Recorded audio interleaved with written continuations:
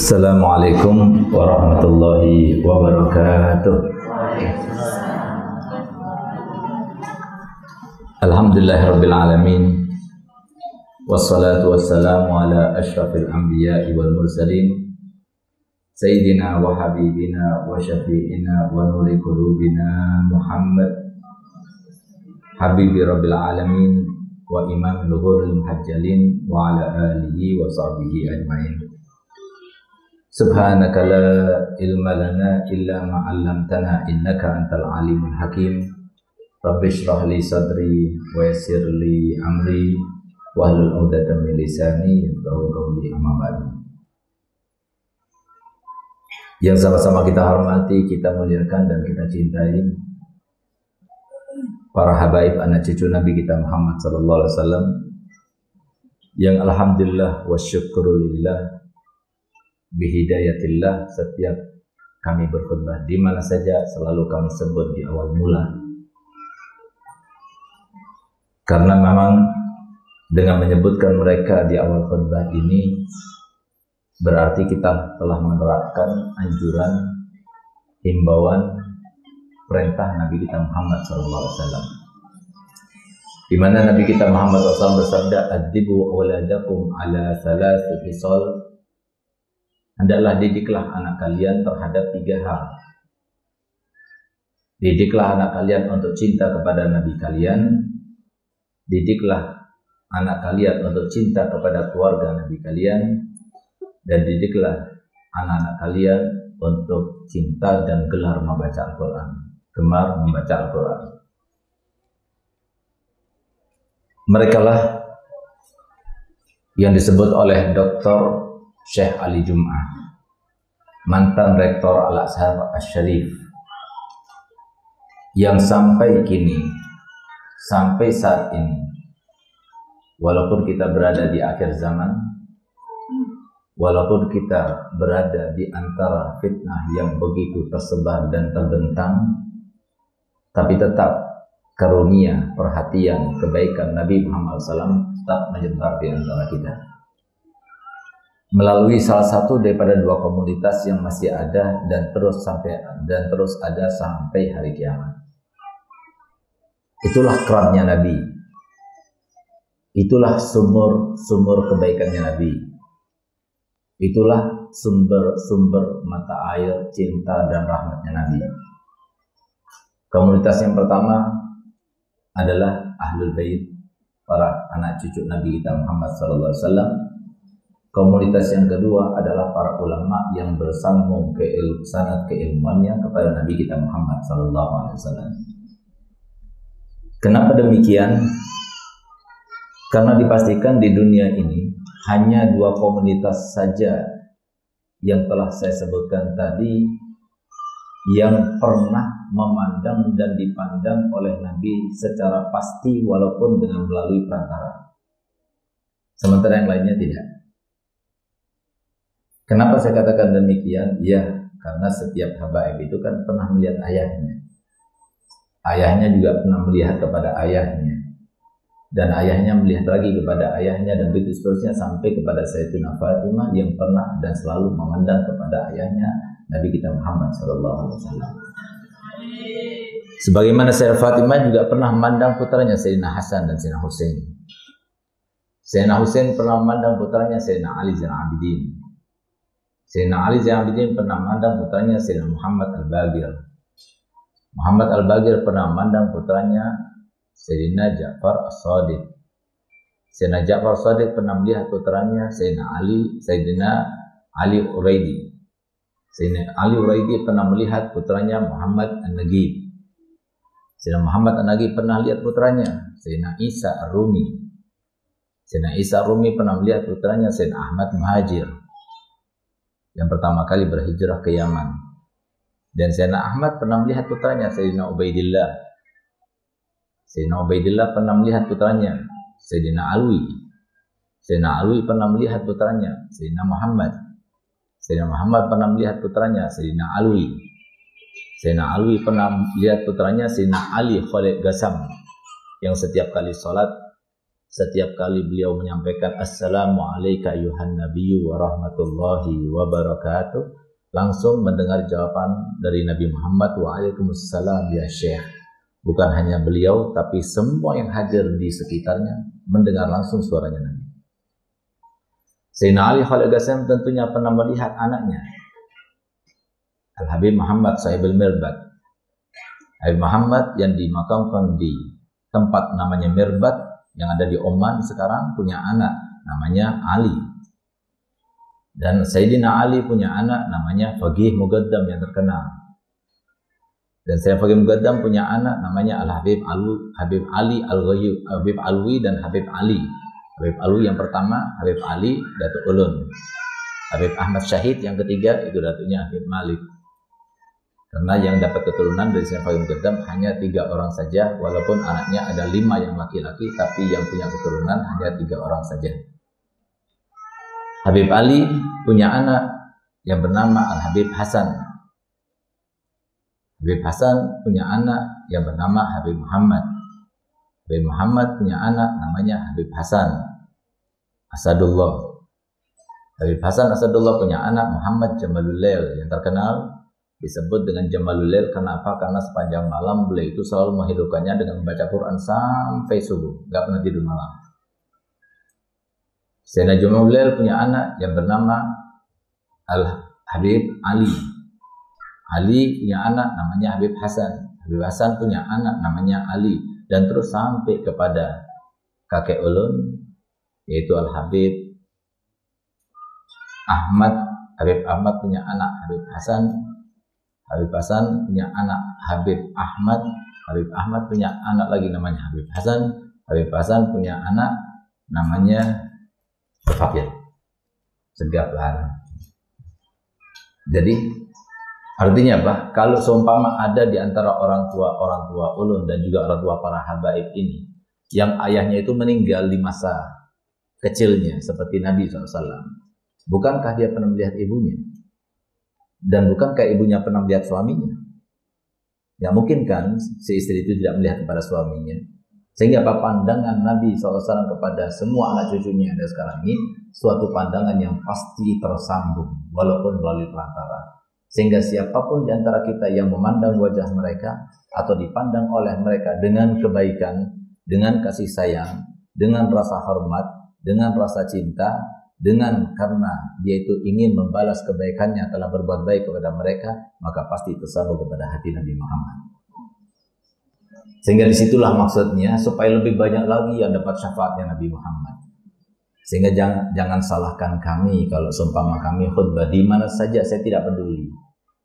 Di mana saja saya berpidato pasti yang pertama kali saya sebutkan adalah para habaib. Kenapa? Karena tambah mundur zaman ini, tambah banyak orang yang tidak tahu dengan kemuliaan yang telah disebutkan oleh Nabi kita Muhammad SAW. Bukan ulun mau cari mulia, mau cari hormat, karena mereka para habaib sudah dihormati dan dimuliakan oleh Allah Ta'ala walaupun kita tidak menghormati mereka. Allah Ta'ala telah menyebut mereka di dalam Al-Quran, innama yuridullah liyudhiba ankumur rissa ahlal bait wa yutahhirukum tathira. Sesungguhnya Allah Ta'ala ingin menghilangkan daripada mereka kerak-kerak yang datang bukan memang dari aslinya, dan akan mensucikan mereka dengan sesuci-sucinya, baru mereka akan meninggal dunia. Beruntung yang punya suami dapat habaib, beruntung yang punya mantu dapat habaib. Tapi ingat, setiap kelebihan ada kekurangan. Kalau pian seberataan dapat mantu habaib, syukur pada Allah, tapi jangan dilarang untuk kawin syarifah lagi. Kenapa? Sudah untung jadi mantunya Rasulullah, kemudian mau mencegah dia itu kawin dan menyelamatkan anak cucunya Nabi. Kenapa syarifah tidak boleh kawin kecuali dengan seorang sayyid? Kalau bisa, seorang sayyid itu kawin 1, 2, sampai 4 semuanya syarifah untuk menyelamatkan para syaraif. Tapi kalau tidak bisa, maka hendaknya cari yang syarifah. Kasihan mereka karena mereka itu tidak boleh kawin kecuali dengan sesama sayyid. Nggak boleh syarifah itu kawin dengan selain sayyid. Itulah hukum yang diajarkan oleh Nabi SAW dari berbagai macam hadis yang kemudian diistimbat oleh para ulama. Semoga kita termasuk yang mencintai mereka, dan semoga kita termasuk mendengarkan himbauan Nabi Setiap orang tua mengajarkan pada anaknya, cintai. Itu Habib, namanya Sayyid. Yang perempuan namanya Syarifah. Semoga kita mengenangkan hal itu ke dalam anak-anak kita. Kalau sudah tertanam dalam hati anak kita, tahu saja akan haknya mereka, insya Allah kita termasuk selamat daripada fitnah akhir zaman yang begitu dahsyat. Alhamdulillah hadir bersama kita Al-Habib Abdul Malik. Hadir juga bersama kita ipar kami, sekaligus anak kami, sekaligus anak didik kami, yaitu Al-Habib Syafiq bin Abdullah bin Husain bin Hamid bin Utsman bin Yahya yang mengarang kitab Sifat 20. Beliau adalah buyut yang keempat. Jadi Abdullah ayahnya, kakeknya Husain, kakeknya lagi Hamid. Hamid itu putra daripada Sayyidina Al-Habib Utsman bin Yahya, mufti Batavia atau mufti Jakarta. Semoga dengan menyebutkan nama-nama mereka yang dekat oleh Allah Ta'ala, kita semua dirahmati oleh Allah Ta'ala. Amin ya rabbal alamin. Tidak lupa kepada yang saya hormati, saya muliakan, saya banggakan, dan saya selalu harap doanya Ibu Syarifah ini yang jauh-jauh datang dari Banjarmasin. Begitu pula tidak lupa kepada Haji Saifuddin yang selalu menyertai kami, dan juga Ibu Haji Saifuddin yang juga jauh datang dari Banjarmasin. Yang sama-sama kita muliakan, kita hormati, kita cintai para guru, terutamanya Sahibul Bait, Guru Ahmad Fauzan, dan Ibu Hajjah Abah Guru Kapuh. Yang alhamdulillah semua keberkahan yang ada pada Abah Guru Kapuh ada pada Sidin, karena paling banyak berkahnya ya istrinya. Jadi alhamdulillah insyaallah keberkahan selalu berada di dalam diri beliau dan anak-anak beliau insyaallah. Dan semua para undangan, para wali santri, dan yang saya cintai, saya banggakan, saya selalu doakan, dan setiap pagi saya bacakan Yasin untuk kalian semuanya, yaitu anak-anakku sekalian, Banat Mukarramah Al-Walidah Ubaba Khadijah binti Habib Muhammad Al-Hindwan. Alhamdulillah, antum telah membuat sebuah judul yang sangat tepat, yang baik, karena memang kehidupan ini cuma sekali, tidak ada hidup dua kali. Kesempatan yang Allah berikan kepada kita semuanya itu hanya sekali, tidak ada dua kali. Gak ada kehidupan lagi. Kehidupan sekarang, Beb, gak apa-apa saya jadi perempuan, nanti kehidupan yang lanjutnya saya mau jadi laki-laki saja. Tidak ada lagi. Sekali kita diciptakan sebagai perempuan, itu yang terbaik buat kita. Itu yang terbaik buat keluarga kita, dan itu yang terbaik buat sekitar kita.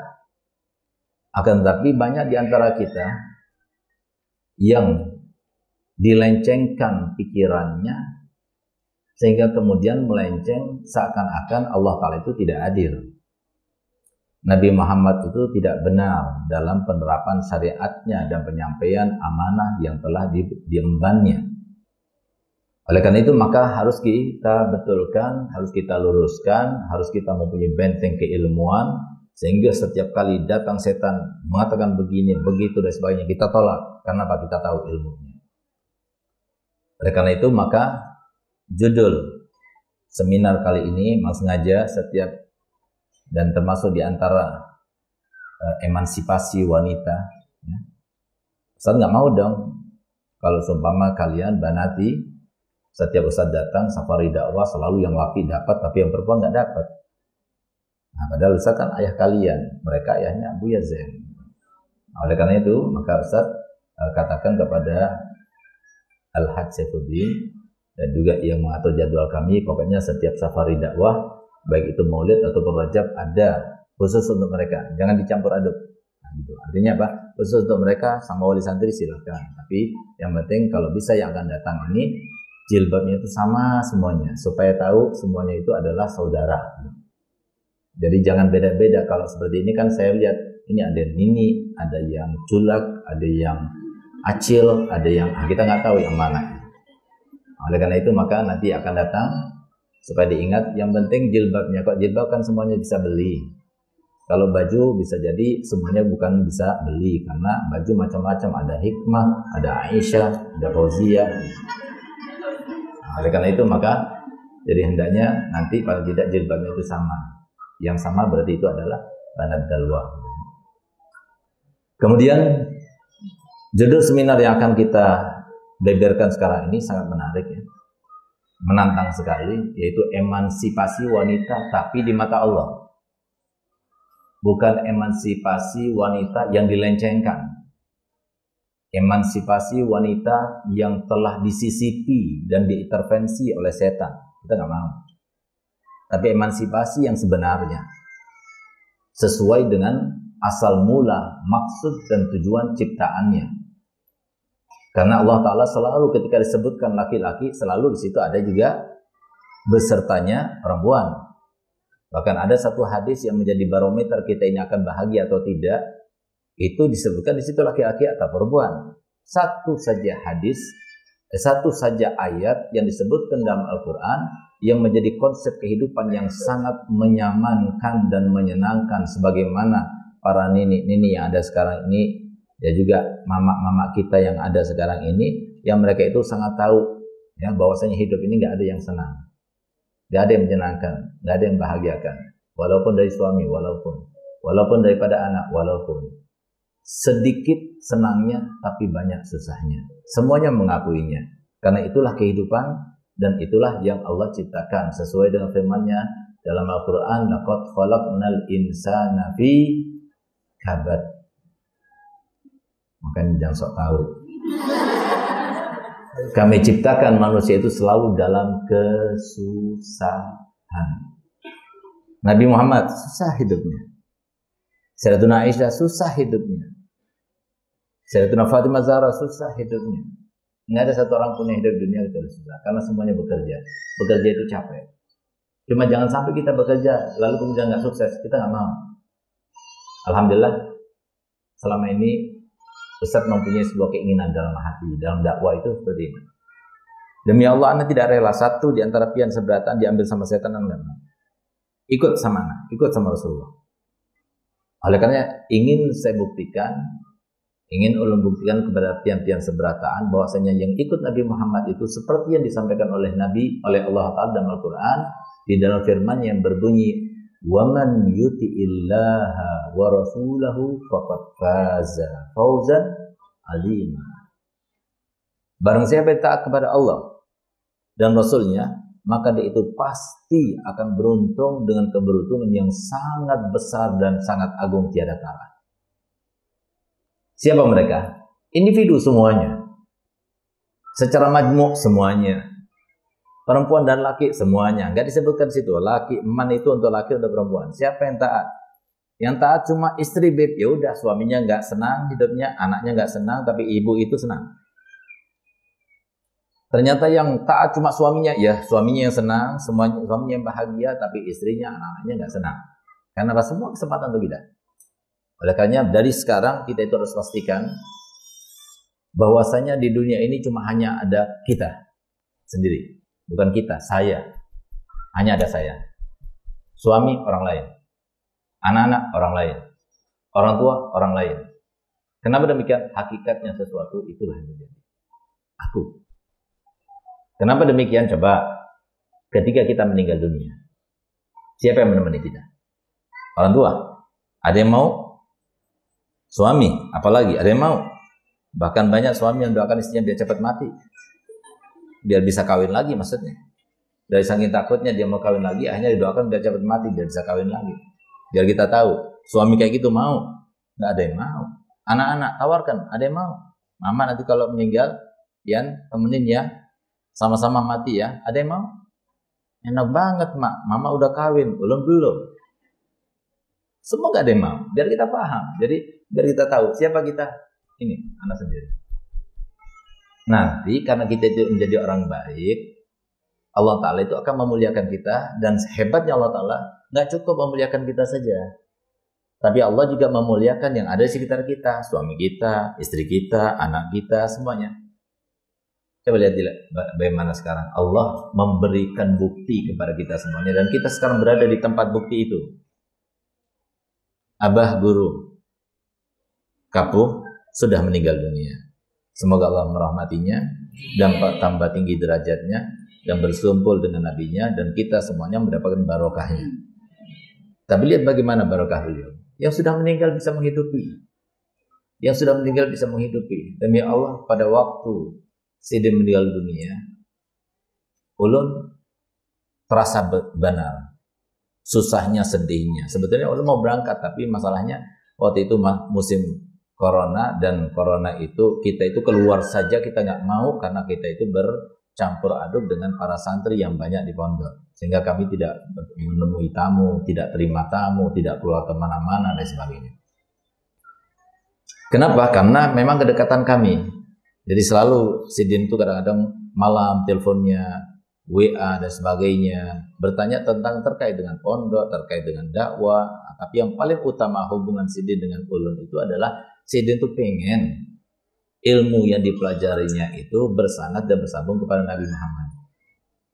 Kemudian beliau itu beristikharah, akhirnya ulun lah yang kepilih di dalam istikharahnya itu. Sehingga setiap bulan jauh-jauh dari Kandangan sampai ke Banjar itu setiap bulan beliau datang, hanya supaya menyambungkan sanad kepada guru-guru ulun sampai kepada Nabi kita Muhammad SAW. Tapi lihat bagaimana kemuliaan yang didapatkan sekarang. Anak-anaknya, pondok-pondoknya, peninggalannya terus. La khaufun alaihim wa lahum yahzanun. Nggak ada rasa takut kepada mereka. Dan mereka itu tidak sedih sama sekali, tidak sedih tentang keluarga yang ditinggalkan, tidak sedih. Coba lihat bagaimana hakikat daripada apa yang disampaikan dalam Al-Quran itu benar-benar nyata di mata kita. Lihat Abah Guru sekumpul.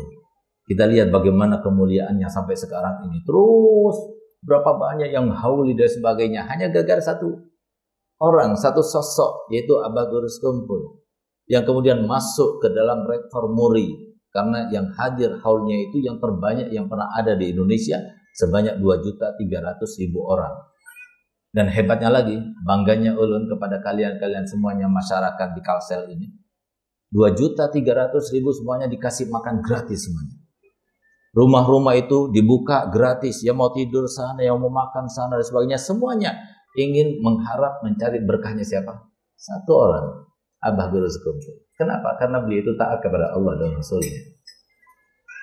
Oleh karena jangan biasakan kita itu sekarang itu mikirin anak, apalagi saya ini sudah banyak untung, alhamdulillah saya sudah banyak investasi untuk masa depan anak-anak kami. Allah itu maha profesional. Zat yang maha profesional itu Allah Ta'ala. Allah sudah tahu apa yang disiapkan untuk anak-anak kita, sudah siapkan. Jangan kita yang menyiapkan, tapi kita ini menyiapkan masa depannya sendiri. Berapa banyak di antara kita, kata Nabi Muhammad, kam min talibin wa laysa bi'aqilih. Berapa banyak orang yang mencari harta susah payah tapi dia tidak ikut menikmatinya. Kenapa? Ditumpuk terus. Ikut filsafat orang sebelah. Nanti kita ini sementara ini lagi bekerja dan berjuang ini, kita pakai konsep berhemat pangkal kaya. Untuk apa? Nanti kalau sudah banyak, sudah benar-benar kita jadi kaya, baru kita nikmatin. Kita nunggu sampai stroke dulu baru kita menikmati. Kita nunggu sampai kolesterolan dulu baru kita nikmati. Kita nunggu sampai kena hipertensi baru kita akan menikmati. Kita nunggu sampai kita kena penyakit gula baru kita menikmati. Nggak ada lagi nikmatnya sudah. Ini makan ini nggak boleh. Ini nggak boleh. Ini nggak boleh. Akhirnya orang yang sakit itu bilang makan nggak makan mati juga. Udah makan aja. Kenapa nggak dari dulu makan? Kenapa nggak dari dulu itu beli mobil yang bagus, beli HP yang bagus, makan tuh yang enak-enak, jangan tempe-tempe terus kalau kita bisa. Untuk apa? Karena sesuatu yang nikmat, sesuatu yang besar nilainya di mata kita, itu akan memantik rasa syukur kita pada Allah itu lebih. Coba kita lihat, kita bertamu dikasih air putih saja, kita bertamu dikasih teh saja, kita bertamu dikasih teh susu. Sedangkan mana kita kepada Sahibul Bait? Nah, yang ngasih air ini nggak ngormat sama tamu. Kurang kita syukurnya kan? Nah, tadi yang ngasih teh susu, dia akan ingat terus, ini Masya Allah suka kepada tamu. Luar biasa dia itu menjamu kita, kasih teh susu dan sebagainya. Sama seperti itu. Jadi hidup itu benar-benar dimaksimalkan. Jangan mau kita suami istri kemudian maunya berantem terus, ngapain? Itu keinginannya setan. Sehingga apa? Kita tidak sempat untuk menikmati keberduaan kita, kesenangan yang harus kita raih. Itu semuanya akan ditiadakan sama setan. Dari saking bencinya, dendam, kusumatnya setan itu, sampai di antara misi dan visi utamanya setan itu adalah memisahkan antara suami istri. Sehingga coba lihat, mohon maaf ya, kenapa suami itu kadang-kadang melihat kepada istrinya membosankan. Dan kenapa istri itu melihat suaminya itu membosankan. Nah, padahal apa? Padahal bukan berarti kalau seumpama kita cerai sama dia misalnya, lalu kita dapat istri yang lainnya misalnya, kemudian dia akan mendapatkan bahagia seperti yang dia harapkan. Enggak. Masalahnya lebih banyak lagi. Apalagi sudah punya anak. Bagaimana kita akan memutuskan tali hubungan hati nurani kita dengan anak keturunan kita? Nggak mungkin. Nah, cuma memang setan kurang ajar. Harusnya setan itu diculak matanya, dibejek-bejek kepalanya, perutnya dibejek-bejek juga sampai jadi rujak. Harusnya seperti itu biar kita tahu. Makanya Allah Ta'ala itu selalu mengingatkan kita, alam ahadilaikum ya bani adam alla ta'budush innahu lakum aduwwun mubin. Sudah aku kasih tahu kepada kalian wahai bani Adam, jangan kalian anggap mereka itu adalah Tuhan, apalagi teman, apalagi sahabat karib, apalagi seorang penasihat. Jangan didengarkan mereka. Innahu aduwwun mubin, mereka itu adalah musuh yang benar-benar nyata. Kalau semua kita ingin tahu bagaimana musuhnya kurang ajarnya si setan ini kepada kita ya, dengarkan apa kata Muhammad. Kalau manusia itu tidak dijaga oleh malaikat hafadhah yang berjumlah 7 orang, setiap orang dijaga malaikat 7 orang, maka niscaya tidak ada satupun manusia hidup di muka bumi. Semuanya akan dibunuhnya dengan cara dicincang-cincangnya. Dari saking dendamnya, bencinya setan itu kepada kita. Gara-gara ayah kita, orang tua kita, akhirnya iblis dikeluarkan dari surga. Iblis dikeluarkan daripada orang-orang yang dekat kepadanya. Gara-gara siapa? Gara-gara ayah kita. Dendam sampai sumpahnya itu diabadikan dalam Al-Quran. Dan kita mengabaikannya karena kita nggak ngerti bahasa Arab. Di dalam Al-Quran sebutkan, wa izzatika la awyanahum ajmain. Demi kemuliaanmu ya Allah, aku akan jerumuskan mereka semuanya. Tidak akan aku biarkan satu kebaikan pun mereka lakukan, aku tidak akan biarkan. Itu loh setan. Kok maunya kita itu mendengar setan? Supaya kita itu nggak dengar setan bagaimana? Ya harus kita kuat keyakinan, kuat keimanan. Bagaimana cara menguatkan keyakinan keimanan? Tidak ada lain kecuali dengan pengetahuan. Oleh karenanya Allah Ta'ala menurunkan ayat pertama kepada Nabi Muhammad adalah Iqra. Baca. Nggak bisa baca. Mau enak, dengar. Harus. Kenapa? Dengan pengetahuan kita akan tahu. Dengan pengetahuan kita akan mulia. Dengan pengetahuan kita itu bisa melangkah dan sebagainya. Tanpa pengetahuan kita nggak bisa buat apa-apa. Sehingga apa? Orang yang bodoh itu adalah orang yang banyak ditipu. Bahkan di antara kita itu banyak yang menjadikan itu sebuah alasan yang sangat mengesankan dan mengutamakannya. Apa itu? Kita itu harus nawar kalau beli-beli. Kenapa? Kalau kita itu nggak bisa nawar, kita ini dibodoh-bodohi sama dia. Itu orang bodoh yang nggak bisa nawar. Padahal maksudnya perempuan itu perhitungan banget gitu. Jadi kita paham. Jadi jangan cuma itu dibikin alasan. Orang bodoh itu memang nggak sengsara hidupnya.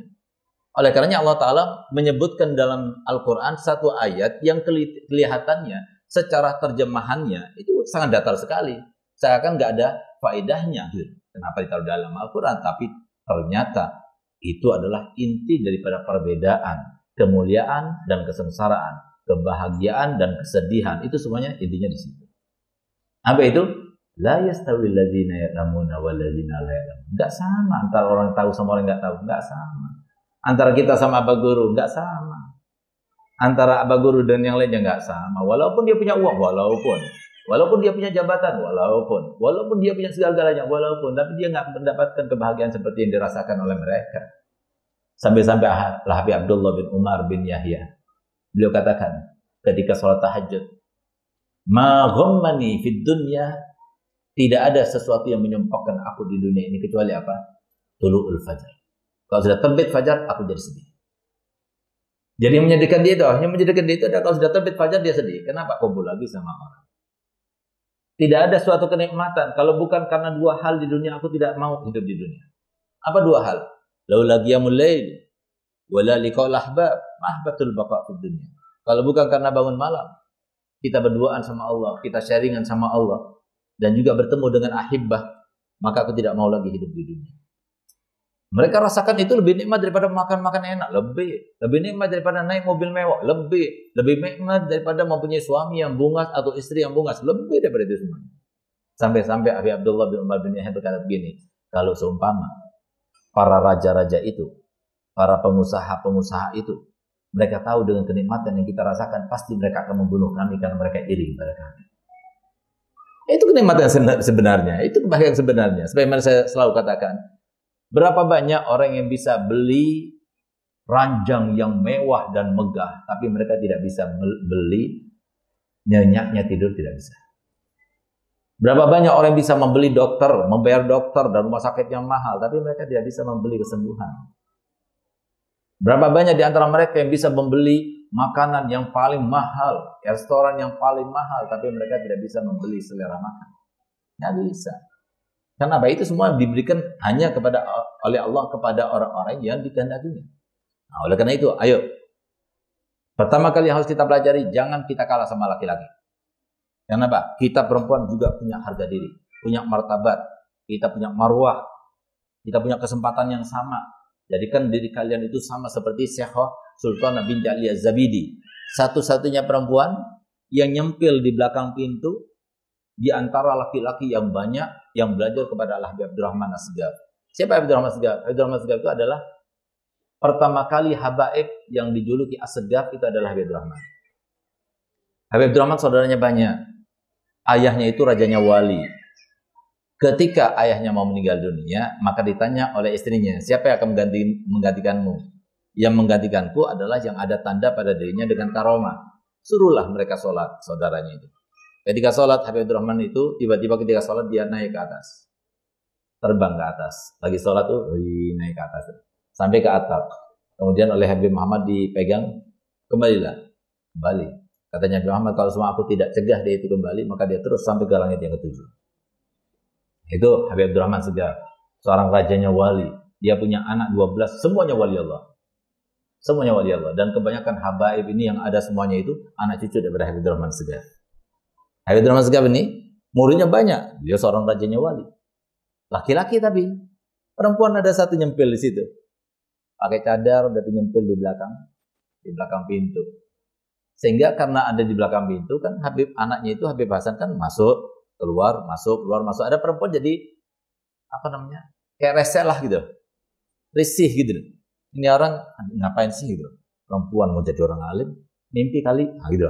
Mungkin kayak gitu. Sehingga apa? Dia menyinggung dengan kata-kata begini. Nagoh tumari jamal, unta betina mau menyangi unta laki-laki, unta jantan. Maksudnya nggak bisa lah gitu. Udah kamu di dapur aja, di rumah aja, itu maksudnya. Ketika dia mendengar kata-kata itu, nah ini yang Ustaz pengenkan kalian tuh, harus kita berusaha untuk menjadi, walaupun perempuan saat Anda bersyukur pada Allah Ta'ala, karena Pak perempuan juga punya kelebihan. Apa kata beliau? Kata beliau kepada Habib Abdurrahman yang juga mendengar pada saat itu kata-katanya Habib Hasan Segaf. Ya Habib, ujib am ata'adab, aku jawab dia atau aku bersopan santun diam saja. Katanya Habib Abdurrahman, jawablah dia. Akhirnya kata beliau, kata Syekhah Sultanah, ya Habib, al-himil bil-himil, wa ziyada al-laban wal-iyal. Walaupun aku betina, walaupun aku unta betina, tapi apapun yang dimuat oleh unta jantan, kami bisa memuatnya. Bahkan kami punya keistimewaan yang tidak dimiliki oleh laki-laki. Apa itu? Kami bisa hamil, kami bisa menyusui. Jadi dia nggak pernah melihat memandang pada dirinya itu ada kekurangan, nggak ada kelebihan. Makanya kalian tuh jangan bersandar pada suami. Suami itu pecundang. Kalau boleh saya katakan demi Allah, saya bukan berarti saya membela, saya laki-laki juga. Cuma dari sekarang jangan tergantung pada suami. Jadi banyak orang itu oleh setan itu dikaitkan dengan suami sampai memproteksi suami, HP-nya suami dipegang sebagai ngapain kita nambah pikiran? Serahkan kepada Allah. Yang bisa menguasai seseorang, yang menjadikan orang begini, begitu, itu Allah. Seberat apapun, sehebat bagaimanapun, perempuan itu memproteksi laki-laki, nggak bisa diproteksi. Laki-laki itu bebas hidupnya. Akhirnya apa? Kamu yang sedih, kamu yang kecewa, kamu yang capek, perempuan yang rugi. Habis waktunya hanya untuk mengakhiri laki-laki satu nih. Yang kalau dia itu nggak mandi 3 hari, baunya minta ampun. Kalau tidur ngaruh, makan, enak gitu saja, tanpa dia itu menunggu kita. Bisanya cuma perintah-perintah, marah-marah. Tapi kalau dikasih tahu, ditegur, dia malah marah. Bukannya dia yang dimarahin, dia malah marahin. Itu sifatnya laki-laki egois. Itu jeleknya laki-laki, itu egois dia. Mau menang sendiri. Namanya juga pemimpin. Ini saya buka-bukaan nih masalah laki-lakinya. Jadi biar kita tahu, rugi demi Allah rugi. Kalau kita itu bersandar pada suami, siapa suami? Suami itu fungsinya sama seperti duit. Mana duit? Ada duit? Ada duit. 100.000. 100.000 yang merah.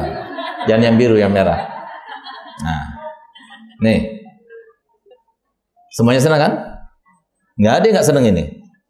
Apalagi anak sendiri, lebih senang banget. Nah, apalagi yang senyum di situ ada. Jadi pokoknya kenapa kok yang merah itu pasti fotonya itu selalu senyum. Kenapa? Karena orang itu dapat ini senyum. Jadi merindukan. Suami itu fungsinya seperti ini. Kalian cinta kepada ini? Salah. Kalau cinta pada ini, salah. Kenapa? Seumpama hari ini Bapak Presiden Jokowi naik ke atas mimbar, kemudian mengumumkan masyarakat Indonesia, mulai hari ini, pukul 11 tepat WIB, uang yang merah tidak berlaku lagi. Masih cinta? Masih cinta? Masih mau? Kenapa nggak berlaku? Jadi cintai dia ini bukan uangnya, tapi fungsinya. Itu yang benar. Makanya Rasulullah itu melarang kita itu cinta pada dunia. Tapi fungsi dunia kita cintai nggak apa-apa. Itu dunia yang berharga, dunia yang beruntung. Tapi kalau kita cinta dunianya, apa faedahnya? Yang ada kita bikin akhirnya banyak pikiran, mikirin gudang yang di sana, mikirin gudang di sini, mikirin harta yang di sana. Kenapa ini belum bayar? Kenapa ini banyak pikirannya? Jadi sebab penyakit cepat matinya. Itu terjadi. Nah, jadi cari cinta itu apa? Cintai fungsinya. Jadi fungsinya suami itu apa? Nah, ini menggapai ridhonya Allah, menggapai ridhonya Rasulullah, mendapatkan pahala yang banyak di sisi Allah. Nah, itu fungsinya suami. Jadi kok tahu kita seperti itu, jangan fokus kepada zatnya, tapi fokus kepada fungsinya. Jangan pernah fokus pada orangnya. Itu yang banyak di antara kalian salah. Sehingga kalau sudah kita bicara masalah apalagi seperti poligami dan sebagainya, cemburu dan sebagainya, wah langsung benci. Salah. Silahkan kalian mau begitu, silahkan. Kita cuma menyampaikan saja. Tapi yang pasti kalian yang rugi. Waktu habis hanya memikirkan itu. Bukannya memikirkan Allah, bukan tafakur kepada Allah, bukan tafakur kepada makhluknya Allah, bukan tafakur kepada Nabi Muhammad, bukan dia mengambil dan mengenang sejarah Nabi Muhammad, tapi mengenang suaminya terus, pikirkan suaminya. Habis waktunya. Kalau kita bertafakur 1 jam, ya 1 saat saja, itu lebih baik daripada beribadah selama 1 tahun. Tapi kalau kita mikirkan suami, apa kita dapatkan? Jadi sampai mau pergi terlambat sedikit, kemana? Sama siapa? Kapan datangnya? Suami di rumah, itu suami kita. Suami gak di rumah, orang lain. Itu yang benar yang diajarkan Nabi Muhammad SAW. Mohon maaf suamiku, bukannya aku melangkahi, bukannya aku mengkhianati, karena mohon maaf, sudah terlanjur, cintaku sudah berlabuh. Tidak ada lagi tempat untukmu. Cintaku semuanya aku labuhkan kepada Allah dan Rasulnya. Anak, suami, istri semuanya ada di tanganku. Itu yang benar. Lihat bagaimana Syekhah Sultanah binti Al-Zabidin. Siapa yang meminangnya? Sampai meninggal dia nggak pernah kawin. Sampai meninggal nggak pernah kawin. Siapa meminangnya? Gurunya sendiri. Rajanya wali, cucunya nabi, orang wali besar, orang alim besar, dia yang meminangnya. Apa katanya? Sayyidina Sultan Abdul Aziz bin, mohon maaf, bukan aku menolakmu, engkau adalah guruku. Nggak mungkin aku menolakmu. Tapi rasa cinta yang membludak dalam hati kepada Allah dan Rasulnya mencegahku, dan aku takut sampai mengurangi hakmu sebagai suamiku. Sehingga aku sudah berjanji tidak akan menikah sampai aku menikah. Apa jawaban gurunya? Gal baik. Tapi walaupun engkau bukan istriku di dunia, nanti di akhirat engkau adalah istriku. Itu yang harusnya dilakukan. Jangan seperti sekarang, anaknya belum dapat jodoh, dirinya belum jodoh. Hitung setiap hari 23, 24, 25. Kasihan deh perempuan. Hidupnya hanya untuk menikah. Hidup itu harus untuk menikah. Sehingga menghinakan diri, merendahkan diri kemana-mana, dipoles terus gitu. Sampai kapan kayak begini? Kita ini sama seperti laki-laki, jangan kalah sama mereka. Bahkan, oleh karenanya ayo kita akan bahas. Jadi apa sih sebetulnya emansipasi yang benar itu? Emansipasi yang ada sekarang ini, yang bergejolak di dunia, di kalangan para wanita, itu adalah emansipasi yang salah. Karena menuntut keberagaman hak, keselarasan hak, tapi bukan pada tempatnya. Oleh karena itu, saya akan jelaskan 3 hal terkait dengan emansipasi. Ada sesuatu yang bisa kita beremansipasi atau menuntut hak emansipasi, ya, ada yang bisa kita lakukan. Silahkan cari sebesar-besarnya, cari setinggi-tingginya. Jangan lepaskan dan jangan kita berikan peluang untuk laki-laki sedikit pun. Siapa laki-laki itu? Baik itu ayah kita, suami kita, anak kita, saudara laki-laki kita. Jangan kita biarkan. Kenapa? Hidup cuma sekali. Harus kita maksimalkan. Ada juga yang tidak bisa kita itu menuntut hak emansipasi dalam hal itu. Kenapa? Karena memang ciptaan Allah nggak memungkinkan. Ini yang menjadikan kemudian saya katakan bahwasanya hak emansipasi yang sekarang ini bergejolak di dunia itu salah. Kenapa? Karena secara keseluruhan. Yang benar itu emansipasi dalam beberapa hal yang memungkinkan, silahkan. Emansipasi yang tidak memungkinkan, jangan. Bahkan kemudian saya akan tutup seminar ini dengan ada sebuah keistimewaan perempuan yang tidak bisa dimiliki oleh laki-laki. Akan kita sebutkan sehingga kalian semuanya bersyukur. Karena kurangnya dan hamba Allah kepada Allah itu bukan karena kurang sholatnya, bukan karena kurang puasanya, bukan karena kurang sedekahnya, tidak. Tapi yang ada itu wagolilun min ibadiyash. Sedikit orang yang bersyukur. Kalau namanya Abdul Syakur sih banyak. Tapi hambanya yang bersyukur, syukur betul dan itu sedikit. Gak laki, gak perempuan. Nah itu terletak di situ. Oleh karenanya kalian harus tahu apa istimewanya perempuan. Yang pertama, emansipasi yang memungkinkan di mata Allah diperintahkan, ya, itu ada beberapa hal. Yang pertama, di dalam kita meraih ridhonya Allah, cintanya Allah, itu harus sama. Gak ada bedanya antara laki sama perempuan, gak ada bedanya. Laki-laki bisa menjadi wali Allah, bisa. Perempuan juga bisa jadi wali Allah, bisa. Laki-laki bisa masuk surga bertetangga dengan Nabi Muhammad, bisa. Sebagaimana perempuan juga bisa untuk meraih keistimewaan bertetangga dengan Nabi kita Muhammad SAW, bisa. Bahkan coba lihat bagaimana hebatnya Sayyidatuna Khadijah radhiyallahu anha wa ardhah.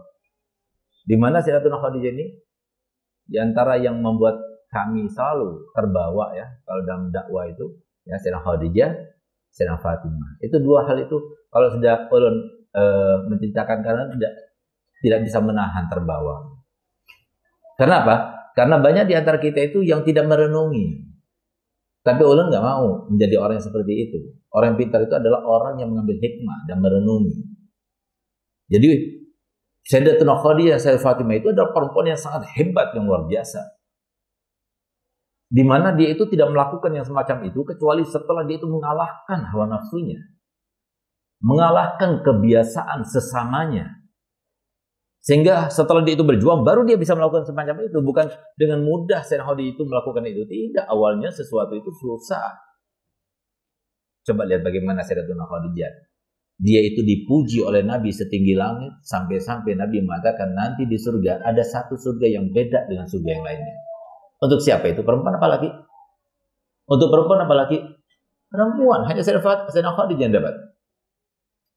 Karena perjuangannya luar biasa sampai Allah Ta'ala itu mengapresiasi dengan suatu yang tidak dimiliki oleh siapapun juga. Nggak laki, nggak perempuan, kecuali Sayyidatuna Khadijah. Di mana? Di antara apa yang dilakukan oleh beliau, yang sekarang banyak di antara kita yang banyak mengabaikan kesempatan ini. Selalu diwanti-wanti, ditakut-takuti sama setan itu. Bahwasanya kalau kita begini, nanti kita begini, kita begini. Karena kita nggak ada benteng, nggak punya ilmu. Sehingga lihat, ada satu orang tetangga Sayyidatuna Khadijah, teman karib Sayyidatuna Khadijah, bahkan dulu kolega kerjanya Sayyidatuna Khadijah. Dia berkata begini, "Ya Khadijah, bahagiakah kamu itu kawin dengan Nabi Muhammad?" Kenapa dia tanya begitu? Karena dulu hartanya banyak, sekarang nggak ada lagi sudah. Dia dulu masyhur di mana-mana, diorangkan, dikedepankan dan sebagainya. Sekarang cuma di rumah. Hanya mengurusi Nabi Muhammad dan anak-anaknya. Sangat bertolak belakangan 180 derajat. Sehingga dia tanya, apakah kamu bahagia bersuamikan Nabi Muhammad? Maka Sayyidah Khadijah menjawabnya, diiringi dengan senyuman sebelumnya.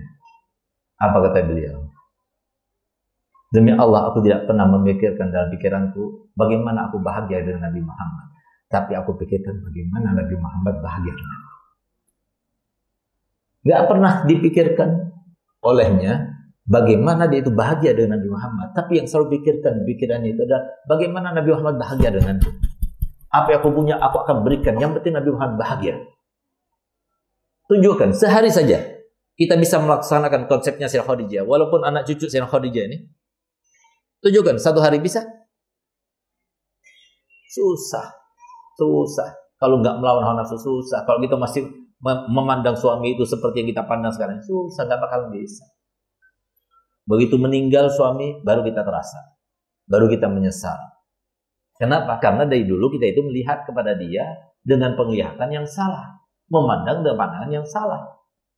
Mereka itu cuma jembatan. Mereka nggak ada yang satu padu. Sejiwa dengan kita, bohong yang mengatakan saya cinta kepada kamu sehidup semati, bohong itu. Begitu mati ya mati sendiri. Itu yang ada, biar kita paham. Tapi lihat dari Sayyidah Khadijah. Ketika beliau itu kawin bersama Nabi Muhammad SAW, ucapannya itu tidak terucap lagi sepanjang masa, dan tidak ada ucapan yang lebih indah, lebih tinggi daripada ucapan seorang istri pada suaminya, seperti yang diucapkan Sayyidah Khadijah. Coba lihat, begitu selesai akad nikah, Sayyidah Khadijah berkata kepada Muhammad, "Wahai Muhammad," karena pada waktu itu belum menjadi nabi dan rasul, masih berumur 25 tahun, sementara Sayyidatina Khadijah sudah berumur 40 tahun pada waktu itu. "Mulai saat ini engkau adalah suamiku. Maka mulai saat ini rumahku ini adalah rumahmu. Hartaku ini adalah hartamu. Dan aku adalah budak perempuanmu." Ada di antara kita yang berkata begini? Yang ada itu adalah, "Hai suamiku, mulai saat ini kamu harus tahu, dan ini ultimatum dariku. Hartaku adalah hartaku, hartamu, harta aku juga." Coba lihat. Sayyidah Khadijah komitmen. Istiqomah itu nggak mudah. Jadi komitmen itu nggak mudah. Istiqomah itu adalah kunci kesuksesan dunia dan akhirat dalam meraih apapun juga di dunia maupun di akhirat, itu adalah istiqomah. Oleh karena Ustaz tuntut kepada kalian, anak-anakku sekalian, ya, beruntung alhamdulillah kita punya seorang murabbi Abu Yahya Hasan, seorang murabbi Baba Khadijah. Cukup kalian tuh memandangnya dan cukup kalian mengenangnya. Demi Allah, saya mulai semenjak kecil sampai sekarang, ibu saya itu kok sakit nggak pernah dibilang sakit perutku, sakit, nggak pernah. Ngadu itu nggak pernah. Mau bilang sakit itu nggak pernah. Sehingga kita bingung kalau sakit itu mananya sakit. Kita yang masa yang mana yang terasa itu. Kenapa? Dari sakit nggak maunya dia itu curhat kepada orang ataupun dia itu ngadu pada orang. Cukup dia itu ngadu pada Allah. Karena dia semenjak kecil sudah dididik oleh ayahnya Nabi Muhammad SAW. Dari jam 2 malam sudah bangun bertahajud kepada Allah. Dan beliau itu dari semenjak kecil 3 hari hatam Quran, 3 hari hatam Quran, sampai sekarang kena Parkinson, akhirnya baru beliau sudah tidak mampu lagi, kadang-kadang tiduran, kadang-kadang udah nggak mampu lagi, sudah coba berkali-kali, apalagi matanya sudah ada gangguan dan sebagainya. Tapi seperti beliau sampai sekarang terus termaktub dan tertuliskan pahalanya seakan menghatam Quran sebanyak 3 hari sekali. Kenapa? Karena beliau itu tinggalkan itu karena sakit. Itu saya menjawab. Wallahilazim, saya bersumpah demi semenjak kecil sampai abah saya meninggal nggak pernah berantem sekali, nggak pernah. Berapa kali kita berantem sama suami? Apa itu nggak ada tanggung jawabnya? Apa itu nggak ada catatannya? Pasti catat, pasti diminta pertanggungjawaban kalian. Dan suami pada saat itu menjadi jahat-jahatnya suami adalah nanti di padang mahsyar. Kenapa demikian? Ya, banyak suami sekarang yang diam, begini diam. Ketika ditanya, kamu nggak, saya nggak sih sama aku, diam. Kenapa? Kalau terus terang pasti dia marah. Diam, tapi nanti di akhirat semua yang ada di dalam unek-unek itu semuanya akan keluar. Kamu sudah menjadi solihah? Tidak ya Rob, dia nggak solihah. Saya saksinya. Makanya kan ada seorang habib tuh, waktu sakaratul maut, istrinya nggak baik. Banyak suami itu mati duluan karena istrinya nggak baik. Banyak pikiran-pikiran, taruh sini. Akhirnya apa? Jadi penyakit cepat mati. Beruntung kalau istrinya itu baik, insya Allah suaminya panjang umur. Tapi kalau istrinya galak, judes, mikiri suami terus, tunggu saatnya, pasti suaminya meninggal duluan. Kalau nggak percaya, buktikan nanti. Nah, jadi sesuatu logika saya berkata, silahkan dipikirkan. Kita kan pakai logika, pakai data. Jadi setiap orang suami, tanyakan pada suami, susah bagaimana yang paling susah, musibah bagaimana yang paling besar, cobaan bagaimana yang paling berat. Pasti jawabannya adalah, kalau cobaan itu, kalau musibah itu terkait dengan istri. Kenapa? Istri itu di rumah. Kalau kita itu ada masalah sama orang, mungkin seminggu sekali kita ketemu, ini di rumah. Masuk ke rumah, wajahnya cemberut. Masuk ke rumah, dimarah-marahi. Dia nggak tahu di luar itu ada apa, kita merasa gimana, dia nggak tahu. Gimana nggak stres ngadepi yang semacam ini. Coba lihat, bayangkan. Sehingga pantas kalau Nabi kita Muhammad SAW bersabda, 40 hari pian-pian seberataan, puasa. 40 hari pian-pian seberataan, semalaman suntuk, bukan cuma bangun malam, semalam suntuk, sholat sampai subuh. 1 hari bikin galau suami. Ya, yang ngomong bukan saya, yang ngomong bukan Rasulullah, tapi yang ngomong bukan guru kita, tapi Rasulullah SAW. 1 kali saja bikin galau. Tahu galau kan? Galau itu bukan sedih. Gak enak aja, pikirannya itu gak enak, itu galau. Sehingga dia itu bengong gitu, bengong. Itu pahala 40 hari itu dihabiskan oleh Allah Ta'ala. Hapus semuanya. Ngapain kita itu mau naik terus turun lagi. Makanya kata Imam Ghazali, aku tidak pernah melihat grafik ya amal kebaikan seseorang yang turun naik lebih cepat daripada perempuan. Kenapa? Signifikan naiknya, signifikan juga turunnya. Malam Jumat naik ke atas, Jumatnya bus ke bawah. Malam Senin naik ke atas, Seninnya bus ke bawah. Jadi bukan kalau laki-laki masih tidak naik lagi gini. Ini enggak surat ke bawah gitu. Itu bayangkan.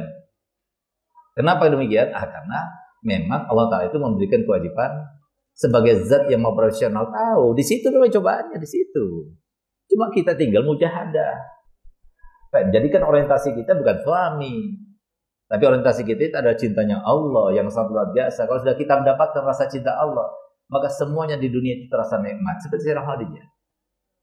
Coba lihat bagaimana komitmennya Sayyidah Khadijah. Begitu beliau sudah kawin, maka semuanya diserahkan kepada Nabi Muhammad. Nabi Muhammad yang dikatakan di antara sifatnya Nabi Muhammad lebih loman, lebih dermawan daripada angin yang tertiupkan. Ini dibagikan, ini diberikan, ini pinjam terus sampai ketika diangkat menjadi Nabi sudah mulai nggak punya.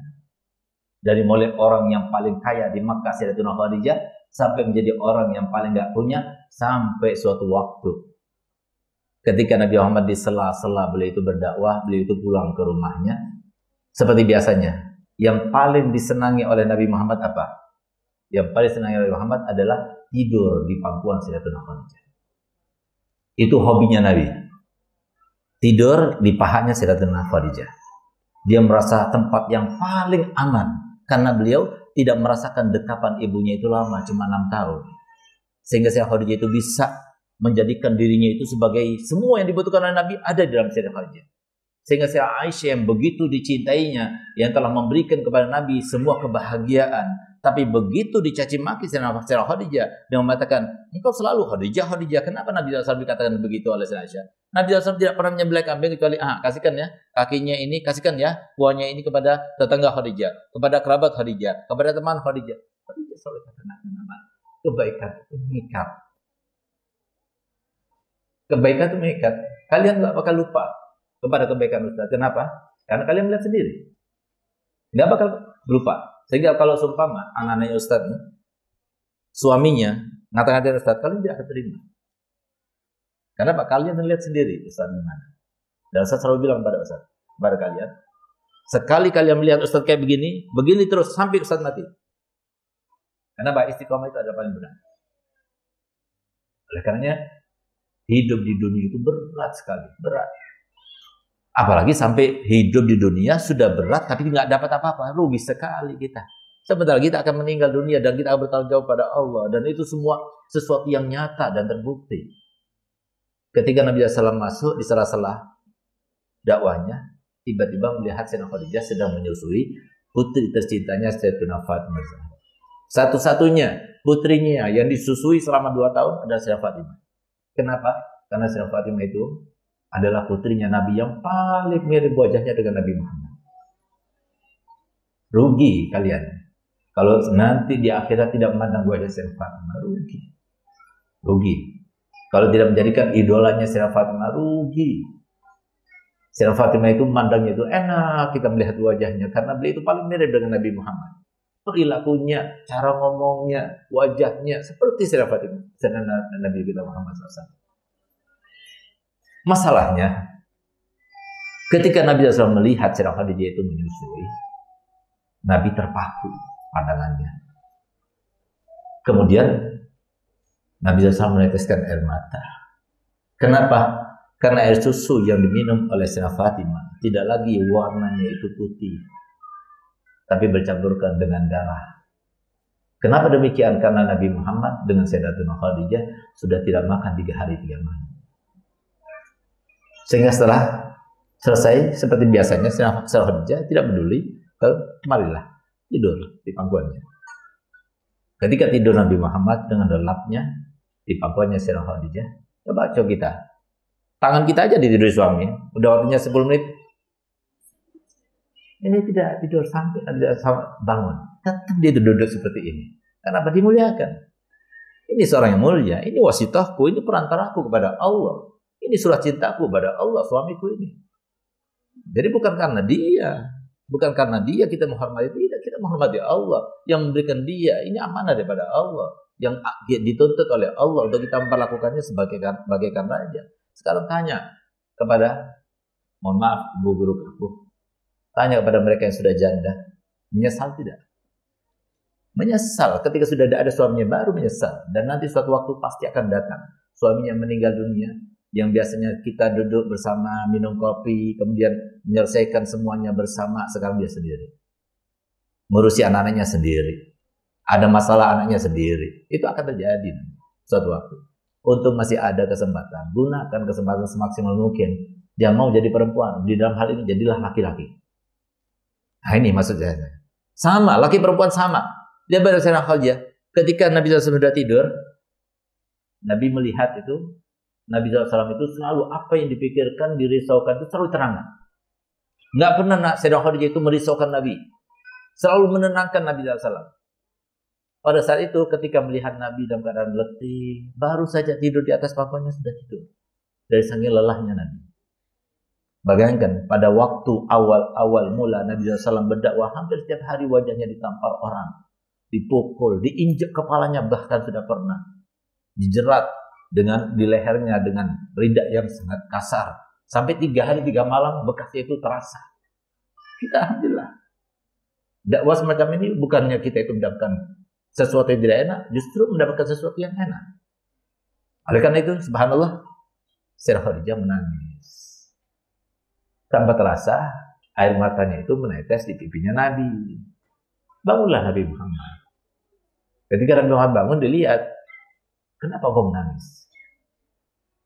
Terpikirkan tadi oleh Nabi, sehingga Nabi berkata, apakah engkau menangis ini karena engkau menyesal telah kawin dengan aku yang tidak punya ini, yang tidak bisa membahagiakanmu, yang menjadikan hartamu yang begitu melimpah dulu sekarang sudah tidak ada lagi?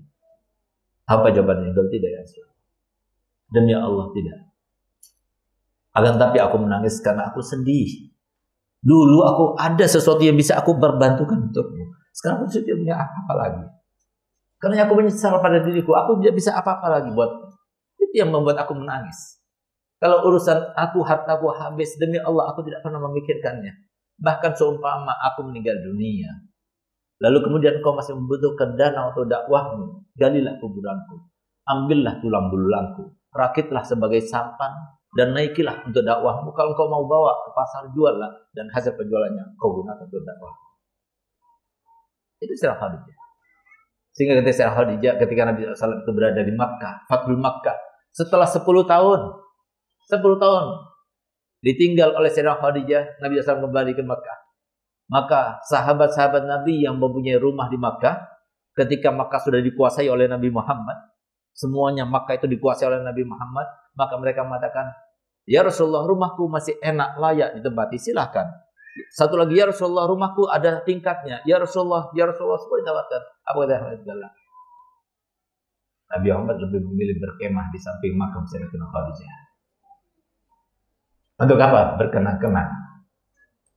Sudah ada dan tempatnya. Sehingga Sayyidah Aisyah ketika berkata kepada Nabi Muhammad, ya Rasulullah, Khadijah, Khadijah, Khadijah, Khadijah. Selalu kau sebutkan Khadijah. Di depanku juga kau sebutkan Khadijah. Padahal kau sudah digantikan seorang wanita yang masih perawan. Wanita yang cantik, rupawan. Wanita yang pandai, cerdas. Di saat itulah muka Nabi SAW merah. Dan dia berkata, wallahi ma abdalanillahu khairan minha. Demi Allah aku bersumpah, tidak digantikan Allah Ta'ala dengan perempuan yang lebih baik daripada dia. Seharusnya siapa yang patut untuk Sayyidah Khadijah? Demi Allah saya katakan, harusnya para anak cucu Sayyidah Khadijah. Seperti siapa? Umi saya, Khadijah.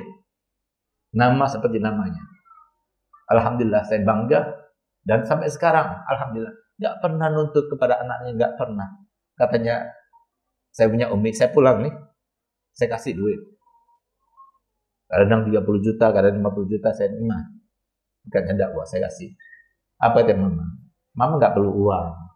Uang, mama alhamdulillah ada. Tapi mama itu paling nikmat itu kalau sudah kalian itu rukun, semuanya bekerja untuk pondok itu mama sudah senang. Duduk sama mama aja, temenin mama itu sudah senang. Nggak ada tuntutan. Yang dulu, jadi biar pembian seberatan ulun tahu, Abah ulun ini warok orangnya. Kalau lebaran, ulun, Habib Zain, Habib Ali itu per orang dikasih 150. 150 harus dapat ya, celana, harus dapat baju, harus dapat ini semuanya untuk lebaran. Gimana cukup? Saya masih ingat dulu, Abu Yazin itu sama ulun paling senang baju itu kalau mereknya itu Watch Out sama Hammer. Dulu paling mahal itu. Watch Out sama Hammer. Kalau kaos Hammer, kalau baju kemeja Watch Out. Itu paling mahal itu. Itu sama Umi Ainul dibelikan. Yang belikan itu semua Umi. Berangkat saya ke Mekah, berangkat saya ke Madinah, itu bukan uang pondok, tidak, tapi uang ibu saya sendiri. Umi saya bekerja, Umi saya juga berdagang. Nah, coba lihat. Jadi meringankan ketika saya punya abah pergi ke Mekah, apa meninggalkan harta untuk mereka yang ada di pondok itu? Tidak, tapi ibu saya yang cari, jual emasnya, cari pinjaman kemana-mana sebagainya. Sehingga pantas kalau saya pernah bermimpi Abu Bakar Adani. Abu Bakar Adani itu adalah seorang Habib yang dimakamkan di kota Aden, yang ketika mau masuk kota Aden, maka penduduk Aden tidak menerimanya kecuali kalau dia bisa mengeluarkan karomah. Maka kemudian dia mengatakannya, wahai langit, turunkan air hujan susu. Subhanallah, turun air hujan susu seantero kota Aden. 1000 tahun yang lalu.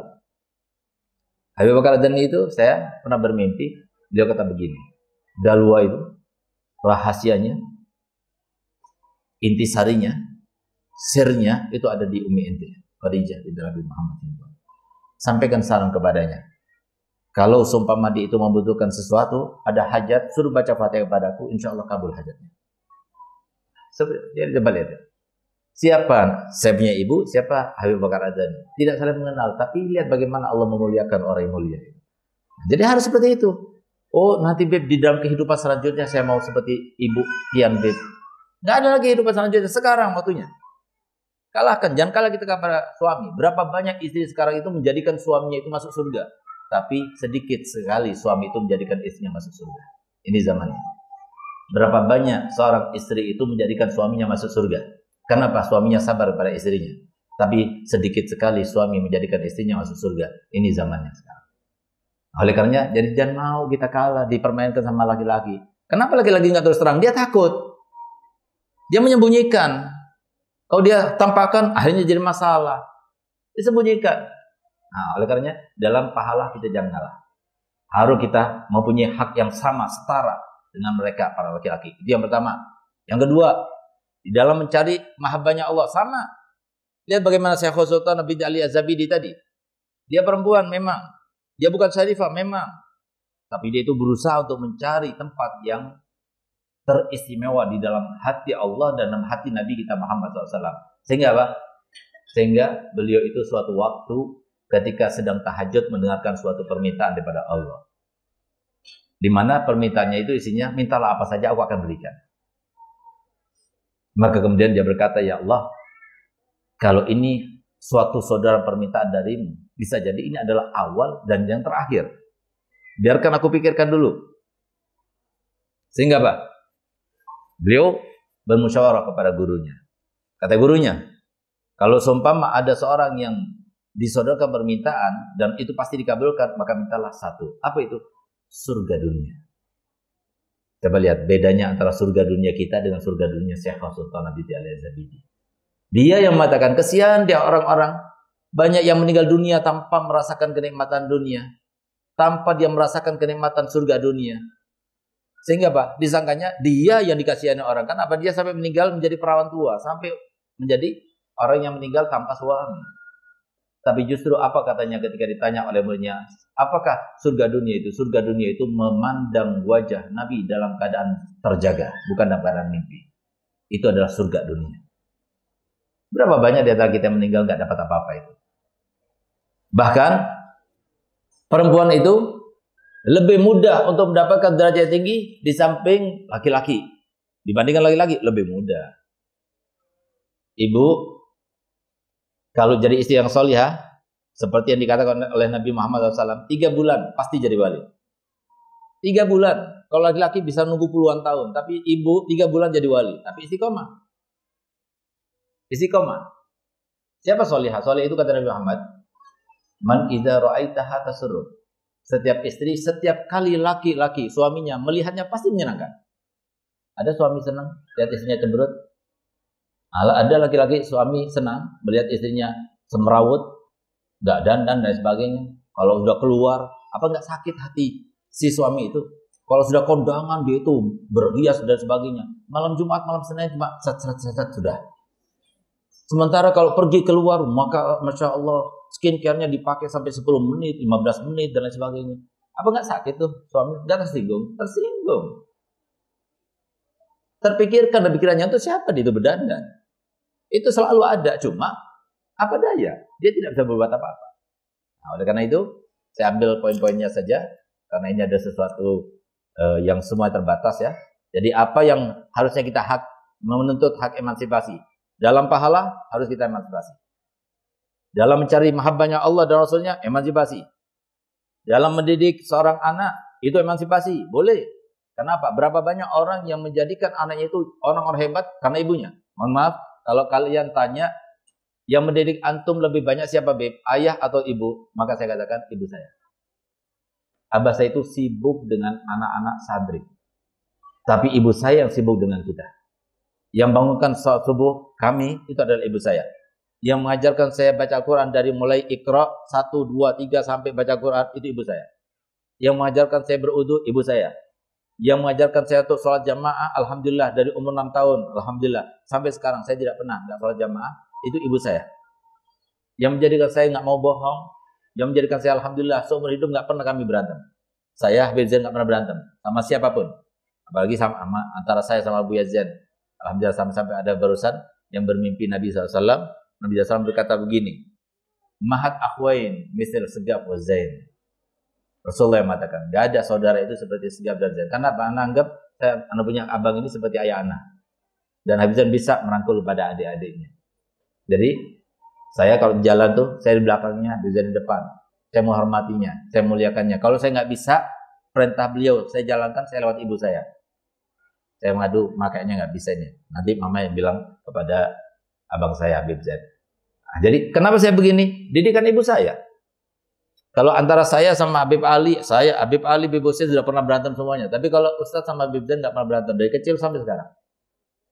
Nah, jadi siapa yang mendidik? Ibu saya. Yang beri makan? Ibu saya. Nah, jadi kita begini karena ibu saya. Cuma satu didikan ibu saya nggak berhasil untuk anak-anaknya. Apa itu? Ibu saya ahli Quran, anaknya nggak ada yang ahli Quran. Artinya apa? Ya mungkin karena kesibukan kita ya. Sehingga baca Qurannya itu kalau ibu saya itu kemana-mana dari mulai jam 2 malam itu pegangannya Al-Quran terus.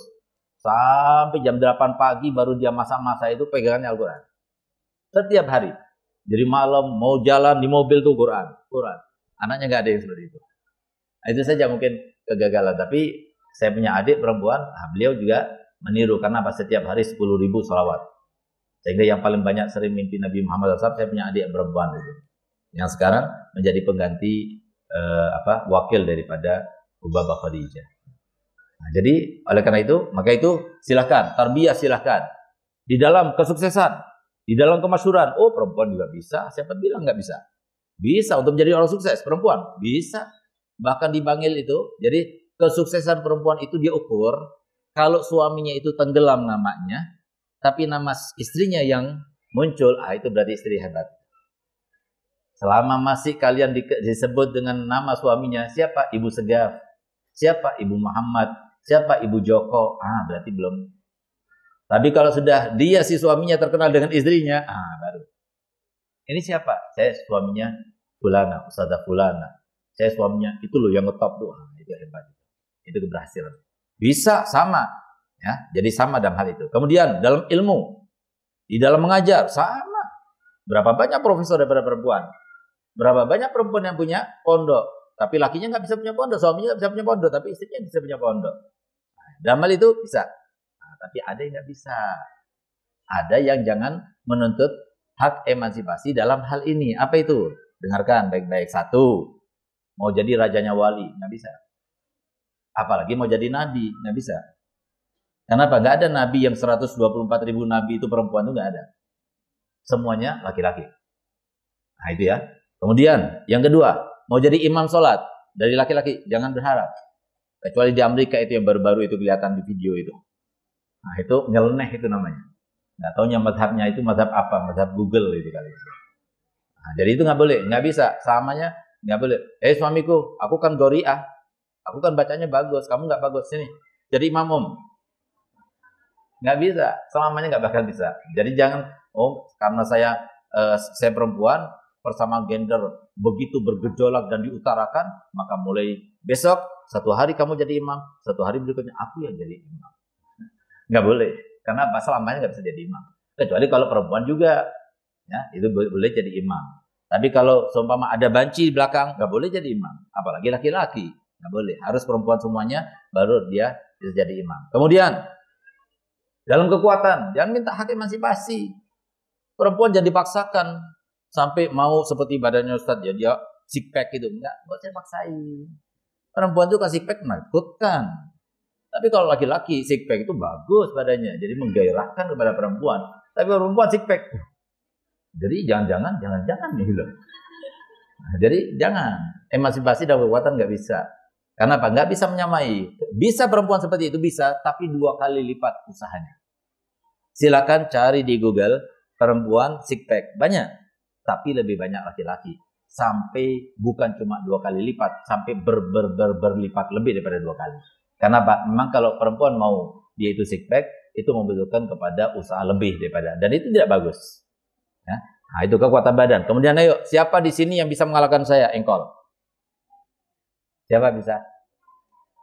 Ayo, yang bisa mengalahkan saya kasih Alphard. Nggak ada yang bisa. Kenapa? Perempuan banyak laki-laki kekuatannya. Walaupun dia itu hebat mainnya dan sebagainya, kalau sesamanya pasti dia kalah. Nah, jadi itu sesuatu sunatullah. Jadi jangan main emansipasi dalam kekuatan badan itu, jangan. Kemudian dalam sempurnanya akal, nggak bisa. Perempuan itu, biar saya kasih tahu ya, itu ujian bagi kita. Perempuannya bagi laki-lakinya juga, bagi anak-anaknya juga. Apa itu? Perempuan itu, ya, biar kita tahu, dia itu diciptakan Allah Ta'ala nakisot akal. Memang kurang akalnya. Buktinya gampang. Nanti kalau mau belanja sama suami, bilang sama suami, suamiku kamu mau belanja apa saja? Ini, tulis ya, tulis. Nanti istrinya, suaminya juga mengatakan, kamu juga tulis juga ya, apa yang mau dibeli? Beli.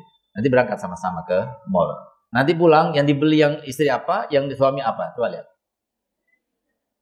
Nah, di situ kita tahu berarti kurang akalnya. Kemudian istri itu selalu kembali kepada masa lalu. Nggak percaya? Ingat nggak waktu berantem sama suami? Kamu dulu gini, kamu dulu. Suami nggak pernah kamu dulu. Yang sekarang, yang dulu biarkan lalu, ditanam, dikubur yang lalu itu. Ini dulu dihitung itu dulu. Jadi kamu juga dulu waktu pacaran sama ini, yang dulu sudah ini udah kawin masih disebut-sebut juga. Nah, itu menunjukkan kurang akalnya memang. Nah, dalam hal ini nggak bisa. Oleh karenanya, Sayyidina Umar bin Khattab itu berkata begini, bukan saya, bukan ulun. Dan ini jadikan pelajaran. Ini pasti benar, nggak mungkin salah. Jadi jangan gengsi-gengsian dari segi perempuan dan laki. Karena laki yang ngomong kita nggak terima. Jangan terima kalau laki-laki yang ngomong. Jangan. Ini adalah syariat. Apa kata Sayyidina Umar? Syawiruhunna, ajak mereka musyawarah. Perempuan ajak mereka musyawarah. Tapi apa yang diputuskan oleh perempuan jangan diikuti. Di situ ada berkah. Contohnya, gampang saja. Ibu nih baru jual mobil. Mobil Alphardnya dijual misalnya. Kan lumayan tuh 1 miliar misalnya. Ditanya sama suaminya, ini 1 miliar buat apa? Diinvestasikan kah? Atau dibelikan tanah? Atau dibelikan mobil lagi? Atau disumbangkan ke pondok dalwa? Pilih mana? Tanya kepada hati nuraninya. Nah, sumbangkan pondok dalwa jadi harta kekal selamanya untuk kalian. Atau dibelikan Alphard lagi, belikan mobil lagi, atau belikan tanah lagi. Ayo, pilih yang mana? Jangan bohong, perempuan suka bohong. Nah, itu makanya. Jadi dalam hal ini perempuan itu kurang. Memang Allah Ta'ala ciptakan seperti itu sebagai ujian bagi laki-laki, itu maksudnya. Kemudian poligami. Jangan emansipasi. Laki-laki boleh poligami, kita juga boleh poliandri dong. Nggak bisa. Itu syariat. Jadi dalam hal yang nggak mungkin, jangan kita menuntut emansipasi. Bahkan ini yang terakhir, poin terakhir itulah yang menjadi sebab mereka musuh-musuh Islam mendengungkan dan mendesuskan, menyinggungkan dan menyebarkan kekurangan Islam itu di dalam emansipasi wanita. Nah, kemudian ada secara poin saja saya sebutkan karena waktunya sudah tidak ada. Saya berikan waktu sedikit untuk bertanya. Bahwasanya ada keistimewaan perempuan. Di antaranya ini harus dipergunakan yang semaksimal mungkin. Perempuan bisa beranak dan bisa menyusui. Kita nggak bisa. Sepanjang sejarah dari Nabi Adam sampai hari kiamat nggak ada laki-laki melahirkan atau menyusui. Kalau ada bohong itu hoax. Ya, itu. Kemudian yang kedua, nggak ada orang yang bisa sabar seperti perempuan, nggak ada. Makhluk Allah yang paling sabar, yang paling tahan itu perempuan. Laki-laki nggak ada bisa. Nggak percaya? Coba lihat. Pergi ke rumah sakit gila di Kalsel, di Kaltim, di Kaltara, di Jawa Timur, Jawa Tengah, Jawa Barat, di Indonesia semuanya kita lihat. Kita buktikan lebih banyak lakinya apa perempuannya? Laki yang paling banyak. Kenapa? Karena perempuan itu bisa mengalihkan dengan mudah sampai 9 kali 9 jalan atau 9 pemikiran pengalihan itu bisa. Perempuan sambil ngulak-ngulak sambil telepon bisa. Laki-laki bisa. Oleh karenanya jangan salahkan kalau lagi, kamu kok bengong sih? Aku ngomong sama kamu nggak dengar ya? Nah, kalau dia itu lagi mikir sesuatu, nggak bisa dia itu memikirkan yang lainnya. Itu laki-laki. Kalau perempuan tuh hebat sambil lihat sinetron. Iya. Ngerti dia, paham. Bahkan saya pernah lihat ada seorang perempuan itu turun dari bis sambil handphonean, nggak jatuh lagi. Tapi kalau laki-laki turun dari bis pakai handphonean bisa jatuh dia. Nah, itu hebatnya perempuan. Kemudian ada satu hal lagi yang banyak dipahami dan dirasakan oleh perempuan, laki-laki banyak yang tahu. Dan itu kenapa perempuan itu patut untuk mendapatkan kebaktian seorang anak lebih daripada laki-laki. Ingat nggak Bu? Siapa yang ibu-ibu yang pernah melahirkan bukan dengan sesar? Angkat tangannya. Yang angkat semoga masuk surga. Nah, itu. Nah, yang belum merasakan, lihat tuh yang angkat tangannya tuh. Mereka sudah pernah merasakan. Sakitnya yang ibu rasakan ketika melahirkan itu adalah sakit yang paling puncak yang pernah dirasakan seorang manusia sampai 6 noktah.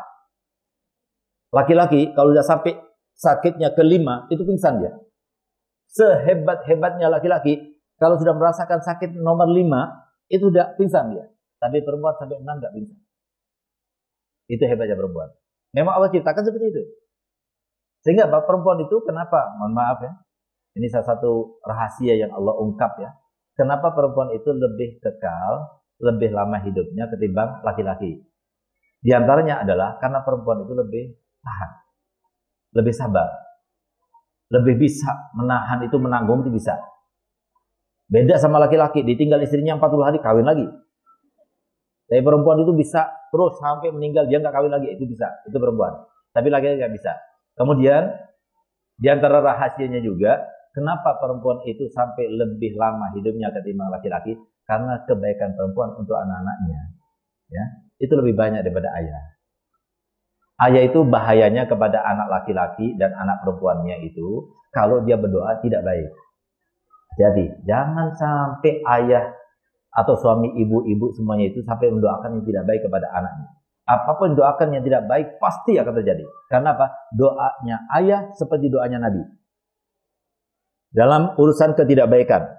Jadi harus, banyak kalau sudah keterlaluan anaknya, tutupi. Jangan sampai ketahuan sama suaminya. Karena kalau sampai suaminya marah, kemudian mendoakan yang enggak jadi betul. Kasihan anaknya. Tapi doanya ibu dalam kebaikan sama seperti doanya 100 orang wali.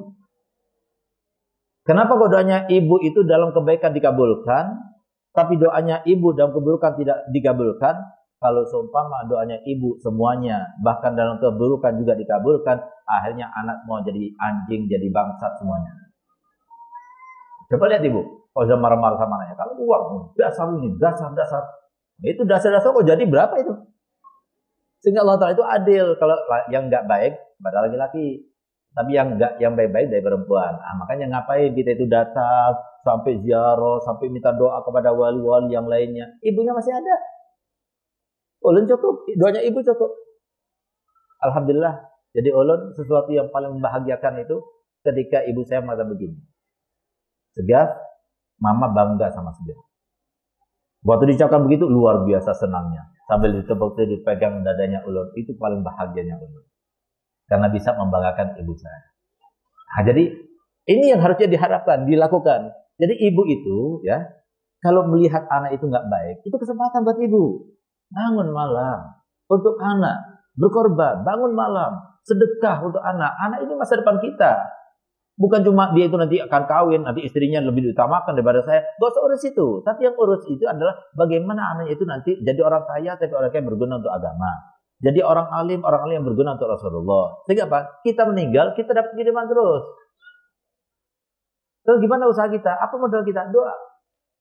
Doa itu kesempatan. Doanya ibu itu lebih afdal daripada doanya 100 wali. Doanya wali itu tidak mungkin ditolak oleh Allah Ta'ala. 100 wali. Doa, tapi doa dalam hati.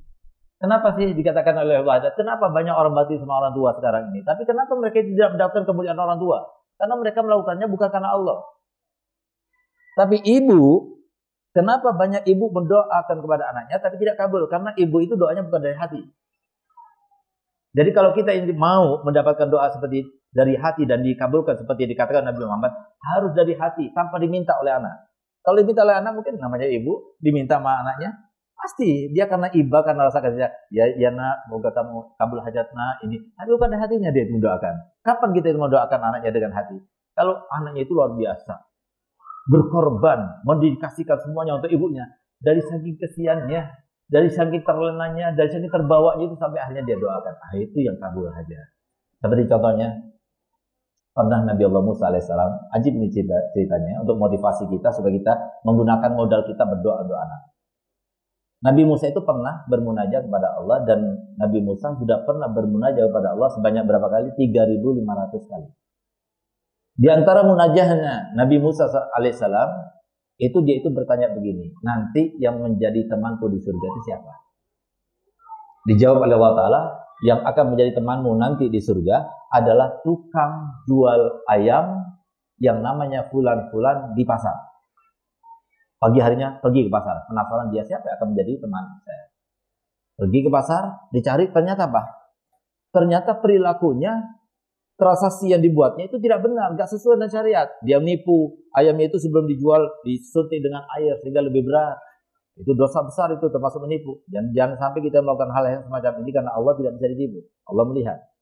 Akhirnya apa? Rambutnya panjang, telinganya antingan, ada tatonya. Lalu dia itu suka minum-minuman, sesuatu yang dilarang dilakukannya. Tapi dia penasaran kenapa orang semacam ini kemudian Allah Ta'ala mengatakan akan menjadi temanku kelak nanti di surga. Sehingga kemudian dia berkata begini kepada anak muda itu, anak muda, boleh saya menginap di rumahmu? Untuk meneliti apa yang dilakukannya. Lalu silahkan. Dia tidak tahu kalau itu Nabi Musa. Dibawalah ke rumahnya, nginap di rumahnya.